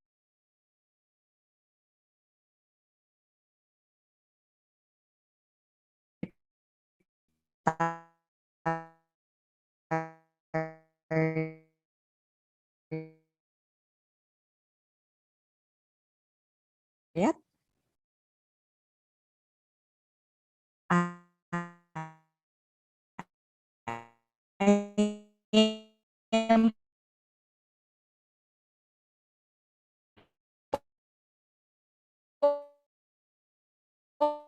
May pahabol lang po.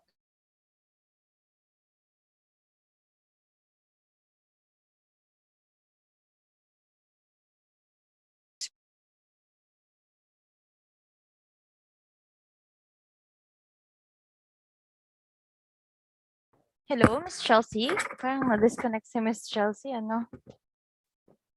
Yun. So, in the meantime po, meron po bang other questions?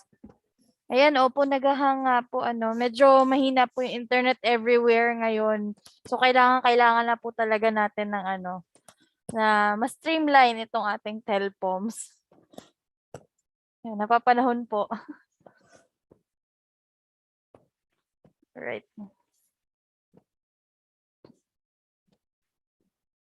Ayan. So po, we are awaiting lang din po yung sa iba pa po nating RS. Parang nag-away from keyboard lang po at may concern sila. But in the meantime, nga po, kung hindi pa po kayo nakakapag-log ng inyong attendance, you may still do so. We are giving out certificates po after po nitong ating activity. And yun po yung magiging basis natin ng pagbibigay po ng ating certificates.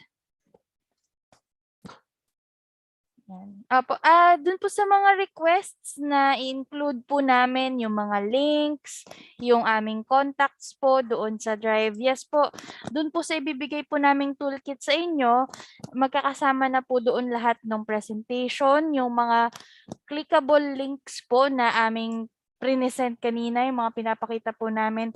And yun nga rin po mga contact details naming mga focal person, both sa capacity development, sa monitoring and evaluation, and dun po sa ating ICT side. So, sa atin pong mga regional focal persons, Sir Sean, meron pa po ba kayong added na gustong sabihin, or are we okay na po?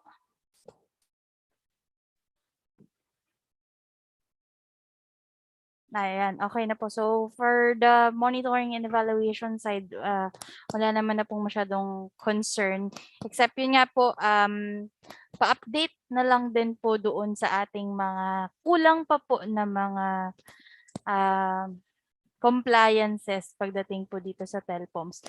So, another thing na naman nga po, yung nakapark po natin na question, which is yung sa what if wala nga pong application. So, we will get back po and communicate po sa mga focal persons po namin, provincial focal persons and the MLGOs. Ano po yung magiging guidance po ng ating central office. And yun nga po, from the Monitoring and Evaluation Division po, kindly update na lang din po yung database po sa focal person po ninyo ng TelPOMS. So, pwedeng sila po yung magiging user din po nitong ating TelPOMS aside from the BPLO and OBO if hindi pa po sila yung identify na TelPOMS focal person. Ayan.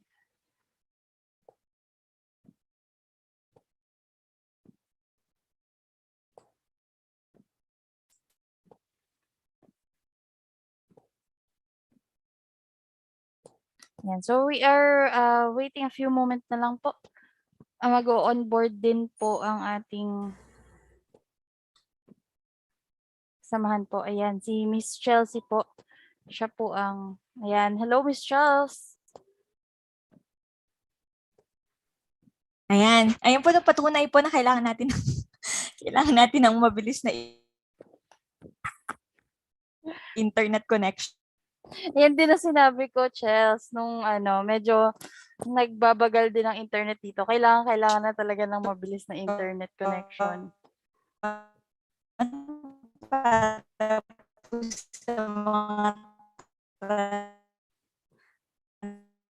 Ako mo, nagbabagal na naman ang iyong natin internet. Sa new normal.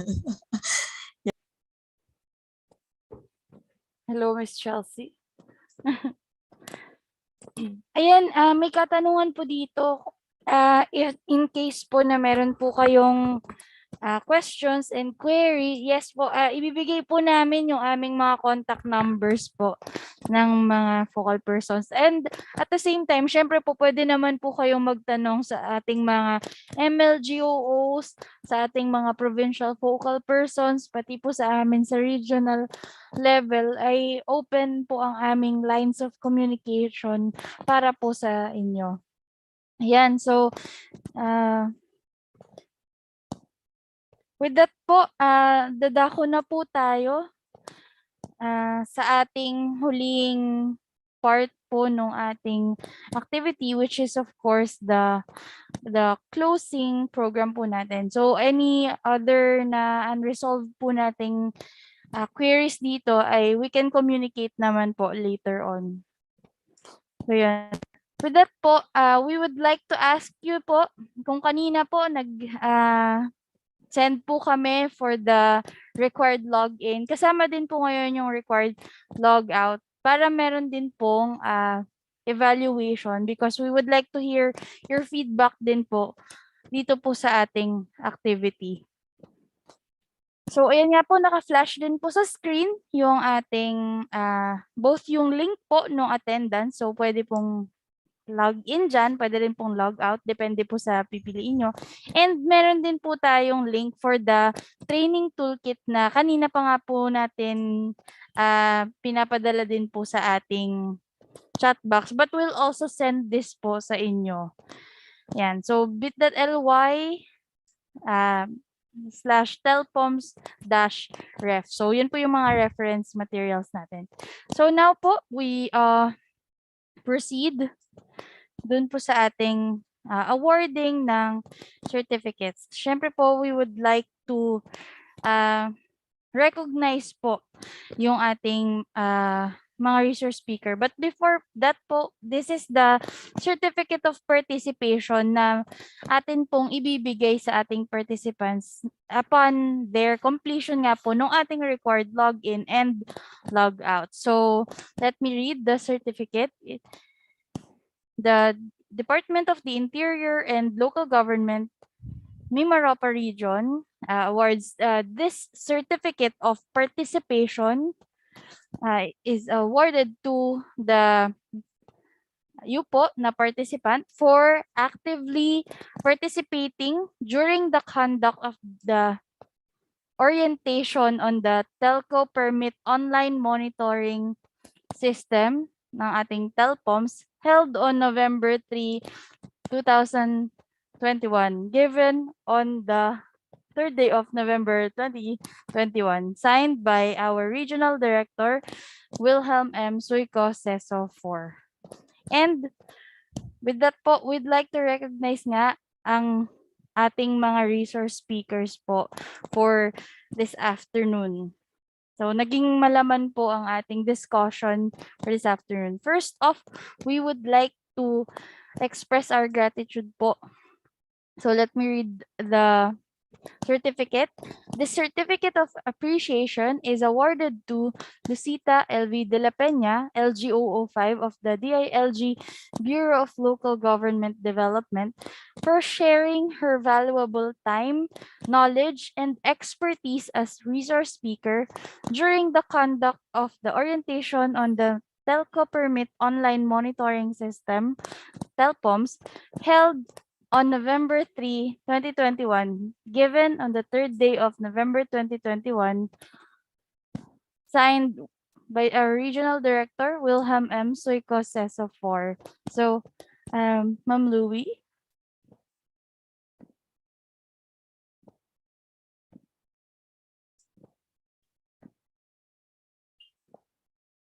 Ayan. Away from keyboard pa rin yata po. Mukhang maraming concerns po. Okay, next po, we'd like to award din po the same certificate of appreciation to Ms. Jeremy May M. Arboleda, Project Officer 1 of the DILG Bureau of Local Government Development. Ms. Jeremy?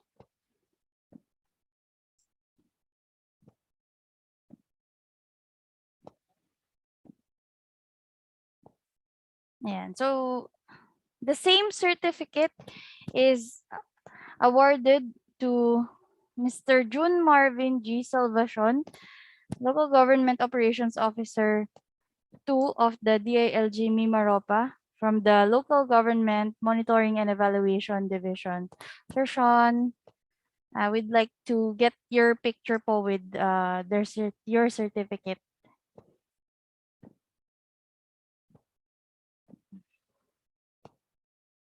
Yeah.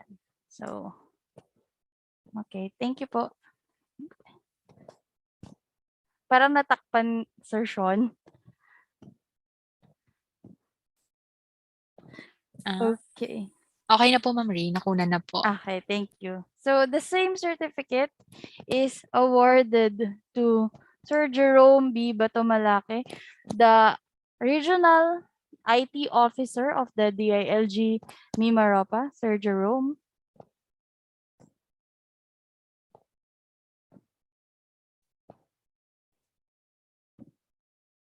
All right. So, thank you so much po sa ating mga naging resource speaker. It was indeed a very fruitful afternoon. So, without further ado, we'd like to hear po kumbaga, ang wrapping up session natin, we'd like to hear the closing message of the Assistant Division Chief of the Local Government Capacity Development Division of the DILG MIMAROPA. May I call on our very own LGO 5, Jacqueline C. Manalon. Over to you, ma'am. Hello, thank you, Ray. Magandang hapon po sa inyong lahat. It's nice to see you again, Miss Louie, even virtually. And Yes. So happy to see you, Ma'am Jackie. yes, I miss you, Miss Louie. So thank you, Miss Louie, and send our regards, our gratitude to, of course, to Director Anna and your division chief. Thank you very much to also to Jerome and June, as all June Marvin or Sean. I'm sorry, Sean. Si Jerome and Sean from our regional offices. Maraming salamat sa pagbibigay nyo ng inyong technical expertise on this. Hopefully po our objectives for this activity in understanding and having greater deeper appreciation po sa ating revised JMC circular on the 2021-01 is already attained. Nagkaroon po kayo ng mas wider na understanding po dito. Of course, also yung guidelines po natin on how to implement po ng TelPOMS is also being delivered to you, and you have understood this in the coming days po sa ating full devolution po. We are really in need of this TelPOMS po na communications na po natin ngayon is going digital na po. So lahat na po ng ating ginagawa ay patungo na po sa pagiging digital. So I hope po na ito pong mga binigay namin po sa inyong mga knowledge or information ay makakatulong po sa inyo sa pagtaguyod po na or pagtuguyod o pagpapatayo po or pag-guide po sa inyo sa inyong mga trabaho, at para po sa, of course, magkaroon po tayo ng mga malalakas na connection sa ating mga lugar, no? Hindi lang po dito sa Manila nagkakaproblema dahil nga po syempre many user, pag dumadami pong users, mas humihina po ang ating connection. However po, given po na pag nagkakaroon naman po ng users, ang mga telco companies naman po ay nagtataas din po ng kanilang mga facilities para po ma-accommodate naman po ang mga ganong kadaming users. So hopefully po with the private sector as well as the public sector po ay mag-join po together po to provide po yung quality service in para po sa pagbibigay po ng magandang communication or connectivity para po sa mga lahat ng Pilipino, sa ating lalo na sa ating mga isla po, 'di ba? Ang hirap po sa atin dahil ang connection po natin sa mga isla-isla ay mahirap po. So hopefully po with this po you are hereby encouraged po na pagtulungan po yung ganitong problema at maitaguyod po natin yung magandang connection po sa ating isla. So considering po na tayo po ay nasa pandemic pa ho at gusto po nating ma-improve po ang ating mga delivery ng public service through yung implementation ng ating programs ng under the EODB law. So in monitoring of the compliance of LGUs on the foregoing premises, it is really vital po that our LGUs utilize the telco permit online monitoring system, of course, to assist you in expediting yung processes and requirements po ng construction ng inyong PTTIs. So, hindi na po ako magtatagal at alam ko po, marami na po sa inyo ay kailangan na rin pong bumiyahe dahil syempre may limitations pa tayo sa mga biyahe din natin. So, hindi ko na po papatagalin. Maraming salamat po sa mga resource speakers po. Thank you very much. Hindi po sana kayo magsasawa. At sa mga local government unit, functionaries po, At di rin po kayo magsasawang makinig po sa amin.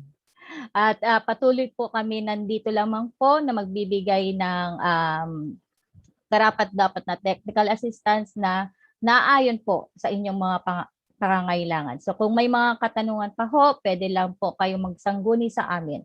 So maraming salamat po and have a great day po ahead of you. Thank you. Back to you, Ray. Thank you so much po. And before we end po, ayan, medyo kompleto rin naman po tayo. May we request po another photo po with you?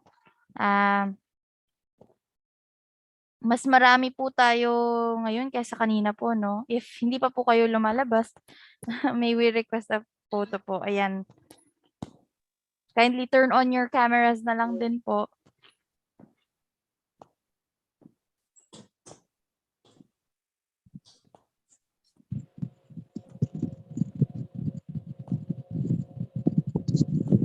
Ayan. So we have four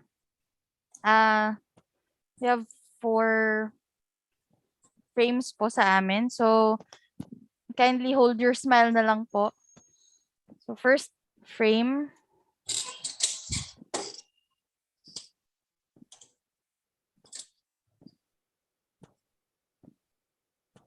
Second frame.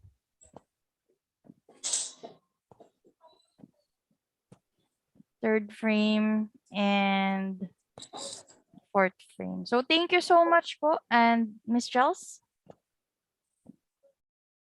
Ayan, thank you so much, Miss Ree, for taking over sa mga panahong nangangamba ang ating connection. Again, maraming salamat po sa lahat. Tayo po ay, again po, pwedeng makipag-coordinate to our field officers and sa atin pong mga contact details na ipa-flash later. Pero maraming salamat po sa pagdalo po sa ating session this afternoon in our orientation on the TelPOMS for all MIMAROPA LGUs. Maraming salamat po. Mag-iingat po tayo palagi at magandang hapon po sa lahat. Thank you very much po. Keep safe po. Keep safe, Madam Chelsea. Thank you. Thank you, dear LG MIMAROPA Thank you and po. to all Thank the you po. LGUs. Thank you po sa lahat, sa mga resource speakers.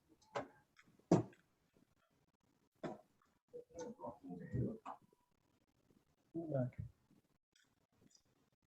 you, ma'am. Thank you.